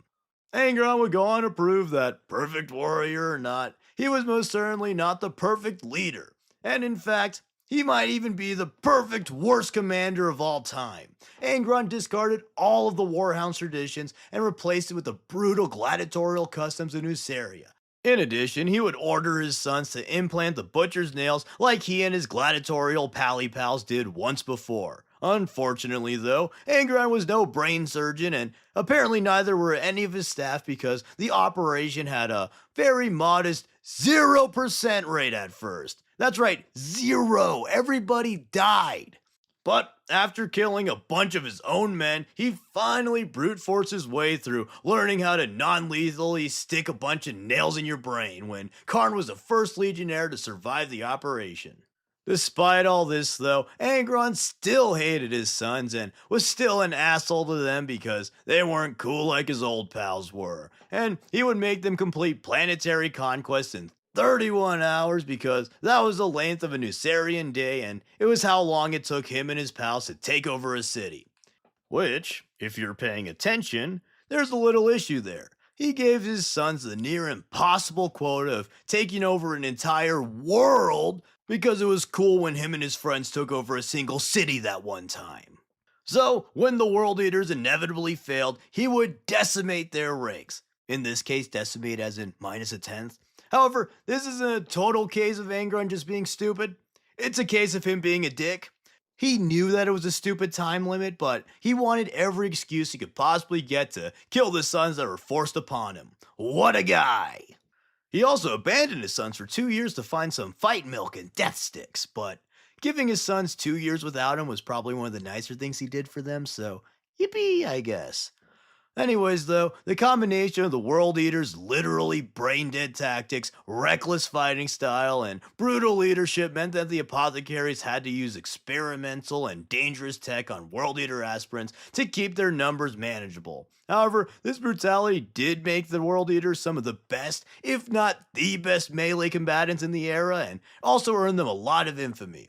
And due to this brutality, eventually Angron was banished to the fringes of the galaxy by the Emperor due to his constant team killing and overly murderific campaigns. Which, considering the Imperium's track record, is saying a lot. But banishing Angron away from an empire he hates to a place where he can murder even harder with less supervision is like sending a fat kid to Candyland jail, famous for their formidable candy bars. And so, this would prove to be yet another mistake in the game of handling Angron, as when Horus decided a heresy, he was easily able to sway Angron to his cause. And I imagine it went a little something like this.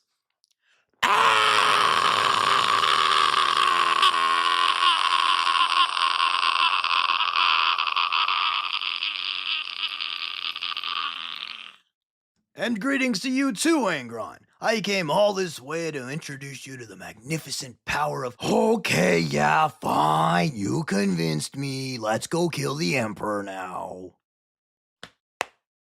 And so, now as the evil, diabolical traitor legion, the World Eaters, well, they basically did the same shit that they did before. Killing things and being angry and such, yada yada. Except this time, they were able to be even bigger jerks than before. They participated in the drop site massacre, culled their loyalist World Eaters, then they killed some more, Angron got turned into a demon prince while fighting Gilliman, killed some more dudes on Terra, and they had an angry time the whole way through. After getting beat on Terra, though, the traitors mostly splintered and Angron mostly disappeared once more. Sometime later, though, the World Eaters would come across the planet now known as Scalathrax. And on this world, they encountered some Emperor's children, and the two legions fought over who owned this useless frozen wasteland because, Kaz is stupid and all. And eventually, after a lot of fighting, the two legions would be forced to momentarily cease their fighting due to the extreme cold that was even too much for Astartes to handle, so they took a little snack break to prepare to fight again. Which also, maybe the wife-beater pattern Astartes armor wasn't the best idea, fellas, just saying. However, during their little break, Karn was extremely angry, of course, that his brothers were sitting inside not dying instead of dying outside, so he set a fire in their ass to rekindle the battle. Oh wait, he literally did this? With the flamer, huh? What an asshole! But yeah, he literally took a flamer and immolated his brothers to inspire them to get back into the battle. And it worked! They fought the Emperor's children as well as each other. And they won! Won nothing at all. Both sides took heavy casualties and gained basically nothing. But this brazen move earned Karn his the Betrayer moniker and also forever broke his legion. So now, in the present time, the World Eaters have only become angrier, more angry, and more prone to anger. Thanks to the Butcher's Nails, the World Eaters can only feel pleasure in battle and can only feel peace in death. They roam the galaxy, destroying and killing anything in their path. They've also ditched their cool blue and white scheme for a red scheme to both honor their god and so that they don't have to do laundry anymore. That part's real. They're so dedicated to the gamer grind that they hardly clean themselves since they're too busy killing things and wanting to kill things. And this is usually about where I talk about the chapter's fighting style and stuff, but it should be really quite clear. The World Eaters love nothing more than getting into the thick of it and thinning it. And that's to say, killing literally everything in sight, often with the chain axe, but even more often they don't really care as long as they're spilling blood. And also, interestingly enough, the World Eaters actually do retain their intellect despite the nails, which many people seem to not know or forget, probably because they usually act like morons. But, anyways, they are relatively as smart as other Marines. It's just that their minds are so clouded with anger that they can't or won't choose any tactic beyond run in and kill thing. So they basically have murder ADHD, or MADHD as I newly named it. Anyways, though, throughout this video, it may have seemed like I don't like the World Eaters, but that would be wrong. I actually like them quite a bit. But unlike a lot of people, I don't actually like them for the tragedy of the Legion or because I think Angron is such a sympathetic guy. I actually think Angron's kind of a dumb asshole most of the time. But I just think that the World Eaters are a perfect villain legion. Big, red, angry fellas who destroy everything in sight is just such a perfect heel in the world of 40k. Even just the imagery of a corn berserker and their bold red swinging their humongo axes is really damn cool. And Demon Angron perfectly fits the archetypical demon look. Yeah, it's sad and tragic that Angron got the nails and it gave him a case of the mad, but like at every single turn, he does the dumbest or jerkiest thing possible. He is the worst case of a self destructive fella who perpetuates his trauma to those who admire him. Yes, it's sad that he was constantly having his agency taken away from him, but the few times he did have agency, he would just hurt others or choose to become even more of a slave than ever by siding with chaos. Plus, he retained his intelligence and stuff even if he had the anger nails, so he was still cautiously choosing to do the things that he did. Trauma is not a valid excuse to the horrible things that Angron did. The real tragedy of Angron is that he lost the will to not be a stupid asshole. Or maybe I just haven't read enough Angron stories. If any Angron stands have any big recommendations, please comment them for me to check out. It's just that the more books I read about Angron, the less I like him, which is kind of weird because usually in 40k, the more I read about a faction or character, the more I like him. So Angron's a very special little boy in that regard. But anyways, that's the World Eaters. Again, I think they're a really excellent villain faction. Even their dumb, stupid brain tactics are cool. Their Megatron-pilled mindset of destroy everything stupid style is really fun to see. And on a deeper level, the struggle of the Butcher's Nails is pretty compelling in some cases. Even though I don't like Angron much, I still think his story is interesting and Karn is also very cool. But let me know what you think about the World Eaters and why I'm wrong and how Angron is actually the nicest, most sympathetic guy in the entire world. Yippee. Or let me know how much World Eater rage you have that I didn't mention Lotara Sard until now. World Eaters, Yet they've never eaten a world. How peculiar. Yeah, they're no Unicron, that's for sure. Hi, friends. Today, we're talking about one of the most, if not the most, badass chapters of Space Marines ever. That's right. Today, we're talking about the Black Templars. The Black Templars are, in a way, the most 40k Space Marines. Ultramarines may be the poster boys, but when you really think about the traits that people attribute to the setting, the Black Templars really embody these to the max. Incredible warriors, extreme religious fervor, eternal war, and extremely badass all around. That's the Black Templars, baby. The Black Templars are a second founding successor of the Imperial Fist and were one of the first successor chapters ever founded. And these guys' origins lie with one of the greatest, if not the greatest, Space Marines of all time and one of the most badass, if not the most badass dudes in all of 40k. Super Ultra Chat Sigismund! Woo! But anyways, Sigismund was the greatest son of Dorn and the Imperial Fist's first captain. Most already know, but Sigismund was an absolute insano. He became the youngest of the Imperial Fist's elite Templars and would become the first captain after facing 200 of his fellow Templars in a row. The 200th combatant in this combat trial was Appius the First Dreadnought. Yeah, this crazy guy won a duel with a Contemptor Dreadnought. Badass! And so, after demonstrating his worth, Sigismund was made first captain and was just an overall badass throughout the Great Crusade.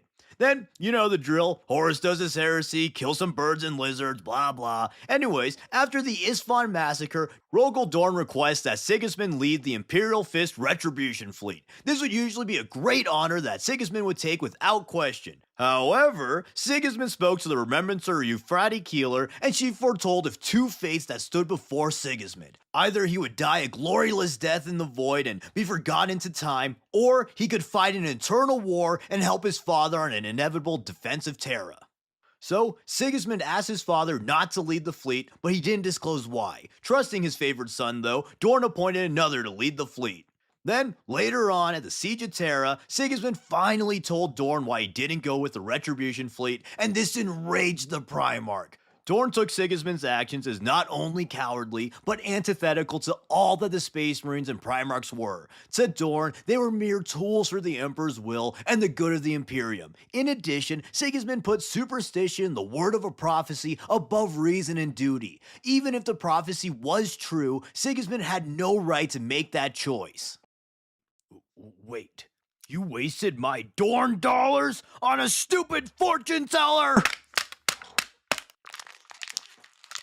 And even though this prophecy did come true and the Retribution fleet fared a lot better under the command of Alexis Pollux, and Sigismund contributed to the Siege of Terra a lot better as the Emperor's champion than some space corpse, at the time, Dorn was under the impression that the Retribution fleet was completely destroyed, so he thought that Sigismund not going led to his brothers dying instead of him. So, all this and the fact that it was his most trusted and favored son was just too much for Dorn, and he disowned Sigismund, which gave Sigismund even more drive to prove himself and serve the Imperium. And prove himself he did. Sigismund went into overdrive and was somehow even more of a badass than he was prior, and despite being disowned, he still commanded the Fist as to not break morale from within. But anyways, at the Siege of Terra, Sigismund perhaps reached peak badassery. This madman tried fighting Fulcrum, he fought a warp-roided up Karn, and killed basically everything else he came across. Badass!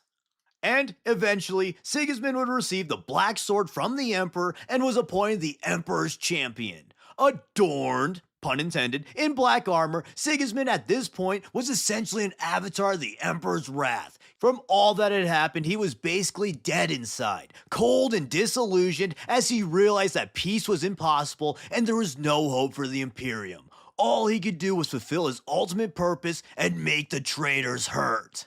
Sigismund went on an absolute rampage as he went around hunting Chaos Champions and killing all the traitors that paved the way to said champions. Most notably, he killed the warp-infused Karn this time around, and Karn even remarked how his former friend had lost his passion in humanity and was now just a murder machine fueled by duty. And then, later on, in a pivotal moment, Sigismund joined Keeler in a prayer to empower the Emperor and reactivate the Astronomicon so that Guilliman could bring much-needed reinforcements.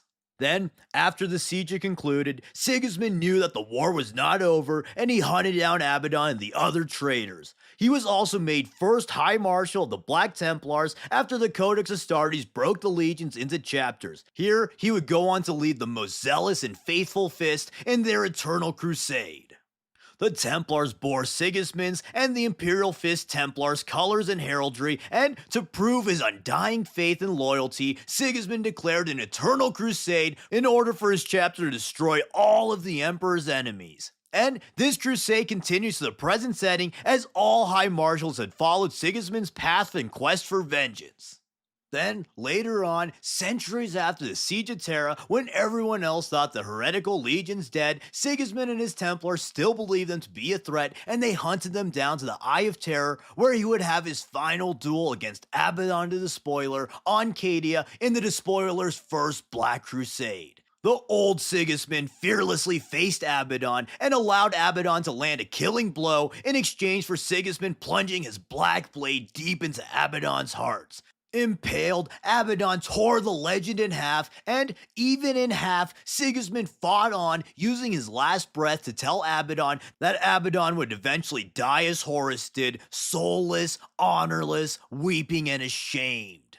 But even with their founder dead, the Black Templars would continue Sigismund's legacy, and 10,000 years later, the Templars are still kicking ass and waging the Eternal Crusade. In the present time, the Black Templars are one of the most, if not the most, zealous and unrelenting Space Marine chapters. They are not only one of the most elite chapters, but they're also one of the most numerous.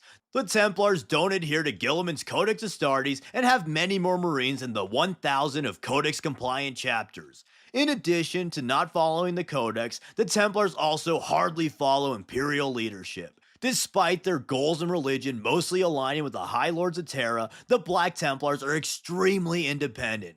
They don't take orders from anyone except their own High Marshal, and other Imperial forces can only request their aid. And ultimately, the Black Templars choose their battles and do whatever they believe is best for the Emperor and Imperium of Man. This, along with their defiance of the Codex Astartes, has some Inquisitors suspicious of the chapter. I mean, of course, it's harder to find a non-suspicious Inquisitor than a secular Black Templar, but anyways, they avoid conflict with the Inquisition thanks to their exemplary track record and the fact that their undying loyalty is painfully apparent. Plus, basically no Inquisitor would be dumb enough to challenge such a powerful chapter. But anyways, they also have no homeworld, as being a fleet-based chapter is more befitting of their never-ending crusade. Their famous crusade fleets are huge, consisting of many battle barges and support craft, with their High Marshal commanding them from their flagship, the Eternal Crusader. The Eternal Crusader is a huge modified battle barge that houses all of their relics as well as a bunch of chapels, of course. But expanding on their crusade fleets, it's rare for the entire chapter to be fighting together, and more often than not, the fleet is broken up into a number of crusades across the galaxy, led by marshals appointed by the High Marshal. On their crusades, they go world to world, crushing all enemies of the Emperor and building chapter keeps on conquered worlds. These fortresses are meant to glorify the Emperor and ensure the world remains loyal. In addition, this is the primary way that the chapter recruits new aspirants. Which, speaking of, Black Templar recruits are made up of the bravest and most willing children of the most hardcore worlds of the Imperium. Since they select aspirants from a ton of different worlds, the Black Templars have a lot more flexibility in getting the best recruits. Just like how those bastard private schools buy the best athletes across the states to feel superior to public high schools in football. But anyways, once selected, aspirants are thoroughly inspected to ensure that they are pure and free of mutation and/or chaos taint. If deemed worthy, the aspirant is made a neophyte and must sever themselves from their past life, as they are now wholly dedicated to serving the Emperor. They are no longer human, rather they are an extension of the Emperor's divine will and are forever duty-bound as Sigismund was before them. And unlike other chapters, the Black Templars don't have scout companies. Rather, neophytes are made squires to Black Templar initiates who fight alongside them in Crusader squads and teach them the chapter culture and art of combat. The neophytes are trained and augmented until they're finally awarded their own suit of armor and made an initiate themselves. And expanding on Crusader squads, these are the backbone to Black Templar fighting companies and consist of Templar initiates and their neophytes. Sometimes they'll even be led by a sword brother. Which, speaking of, the Sword Brethren are the most elite warriors of the Black Templars. Originating from the Imperial Fist's Templar Brethren, these elite warriors continue their traditions of martial prowess and indomitable might in the Black Templars. Those who prove themselves great heroes within the chapter are made Sword Brethren and no longer need to trade neophytes. They have access to the best gear and weapons and are the most honored of the chapter. They can also use Terminator armor, baby! Woo! But even above Sword Brethren, there's one more step of absolute badass, and that is the Emperor's Champion. These dudes are the absolute most hardcore Marines in the chapter, and there's an Emperor's Champion for each Black Templar crusade. These dudes model themselves off Sigismund and are total badass, crazy insanos on the battlefield who are imbued with a divine hatred to kill extra hard. Deriving from Sigismund's pre-battle ritual he learned as a wee little orphan, the Black Templars pray before battle, and one very special Templar will receive a vision from the Emperor just as Sigismund did, and it will tell them of their divine duty. They confess their visions to their chaplains and are interrogated, and then they're given the sacred armor of faith and the black sword and are let loose as the #1 killer. These are the Templars' greatest warriors. They are guided by the Emperor's will in hunting down the champions of the enemy as Sigismund did on Terra. But they also will eviscerate anyone on the way, just as Sigismund did on Terra. And beyond that, the Emperor's champions are inspirational figures who even further embolden the zeal of their battle brothers. As such, if an Emperor's champion is to fall in battle, the Templars see this as a bad omen and the battle is believed to be all but lost. If they truly do lose the battle, they must launch a penitent crusade to recover the armor of faith and the black sword at all costs in order to atone for their failures. Anyways though, in battle the Black Templars often fight like Sigismund did, and they prefer decisive close-quarters swordsmanship over ranged warfare. They find that close-quarters combat is not only more honorable and glorious, but it also allows them to ensure the total destruction of their abhorrent foes. Which, in the setting of 40k, is quite literally true, as personal melee combat is more effective at killing the forces of the warp than ranged firepower. They are wholly unrelenting and vow to crush any foe no matter the cost and no matter the odds. The death of their battle brothers only serves to fuel their fervor, and to demoralize a Black Templar is near impossible.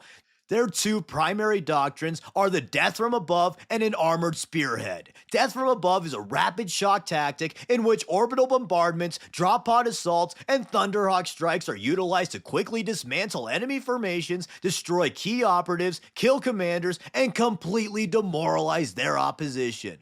And for the more stubborn heretics, the armored spearhead is a crushing machine of bikes, land speeders, and heavy armor meant to break the enemy's weak points and annihilate them with sheer unrelenting force. But then finally, as for their chapter culture, they're fucking insanos. Now, that's a highly abridged way to put it, but more comprehensively, these dudes are extreme crazy religious nuttos. They completely worship the Emperor as a god and really embody the religious Space Knight aspect of the Space Marines. And it's totally badass. Their sole purpose in life is to glorify the Emperor through divine conquest. They are nothing more than warriors to vanquish the heinous foes of the Emperor. Relating to their dedication to their duty of purging the enemies of the Emperor and fighting until the very end, the Black Templars chain their weapons to themselves, both to symbolize how they're inherently connected to their weapons and are weapons themselves, but also to ensure that they're never without their weaponry to always be ready to kill shit. Oh, and they also wear skeletons and stuff, which really adds to their aesthetic. They also do this to honor their dead, but sometimes they'll adorn the remains of the heretics to intimidate other heretics. Anyways though, due to their adherence to the Emperor's will, the Templars especially hate Psykers since the Emperor banned them in the Council of Nicaea. So they have no librarians and often work to hunt the witches that plague the galaxy. And this next part is a little bit shaky in lore, but sometimes the Black Templars will treat the Navigators with a great deal of respect as they were pardoned in the Nicaea Edict, plus the Templars believed these particular Psykers to be touched by the Emperor himself. And other times, they'll just begrudgingly work with the Navigators who have been intensively examined and had their purity proven. I personally prefer the former, as it makes a lot more sense to me for a fleet-based chapter to work well with navigators. Plus, it aligns with the Emperor's decree and demonstrates the inherent hypocrisies of the Imperium. But GW's flip-flop between them a few times, and it seems like they're favoring the latter now. In fact, they're even doubling down on it seems. Anyways though, more on their culture, the Templars are extremely fanatical, and when they aren't killing the heretic, mutant, and Xeno, they spread the Emperor's will by enlightening the ignorant. They value purity and devotion above all else and have scoured entire worlds that they deem corrupted. However, unlike someone like the Marines Malevolent, they aren't gonna go around killing civilians for fun. The Templars fight for the Emperor first and foremost, and the Emperor's self-appointed duty was to protect humanity in his own way. So, like the Emperor, the Templars are willing to commit horrible atrocities if they believe them to be necessary, but they hold no malice towards the faithful and the compliant. High Marshal Helbrecht even famously said that the strength of the Imperium lies in its faithful people, and they've been known to inspire the people of the Imperium to take up arms and fight alongside the chapter against the heretical. All things considered, and in general, the Black Templars wouldn't be the worst chapter to save your planet. I'd be much more worried about the Iron Hands or, God forbid, the Grey Knights. But again, this is if you're a faithful loyalist. If you're a traitor, phew! Let's just say the Black Templars won't be giving you any juice boxes. And finally, curiously, I've seen many people say that the Templars are the Fist chapter to be the least like Dorn, and I couldn't disagree more. Yeah, sure, on the surface, fanatical Crusaders are a far cry from the logical and meticulous Primarch, but deep down to their core, the Templars and Dorn are very much aligned. Dorn was a dude defined by his duty. He was hyper-focused on being a tool of the Emperor, extremely valued truth and purity, and he literally went on a penitent crusade in black armor where he went insano style on some traitors. Now, take the Templars, who at their core are Marines hyper-devoted to the God Emperor as they believe it to be the best way to prove their loyalty and fulfill their ultimate duty. They seek to purge the galaxy of the impure, and they love going on crazy-ass crusades. The Black Templars are definitely sons of Dorn and embody his traits very well in my opinion. But anyways, that's the Black Templars. They were never my favorite chapter, but I can't deny that they're one of the most badass things in all of 40k, and I'll always appreciate them. Plus, of all the Knight-like chapters, the Templars are the best by a long shot. I also really love the idea of the Emperor's Champion. He's just such a badass unit. Also, their model line is some of the best Primaris models ever. They look super badass. Anyways though, let me know what you think of the video in the comments below, and whether or not you like the Black Templars or the Crimson Fist more. I tend to swing between the two depending on what I'm in the mood for, but they're both really cool. Oh shit, I never mentioned Grimaldus. Wowee, that video sure was mega, huh? Well, I hope you enjoyed those 3 or so hours of pure crack duck injected straight into your ear holes. Thank you for watching, and again, please be sure to check out the original videos if you really liked them. It helps me determine which topics best resonated with you guys. Anyways though, thank you for watching, and thank you to all my awesome Patreons. And as always, be sure to subscribe to the channel and share to all your Armageddon veteran besties. Thanks.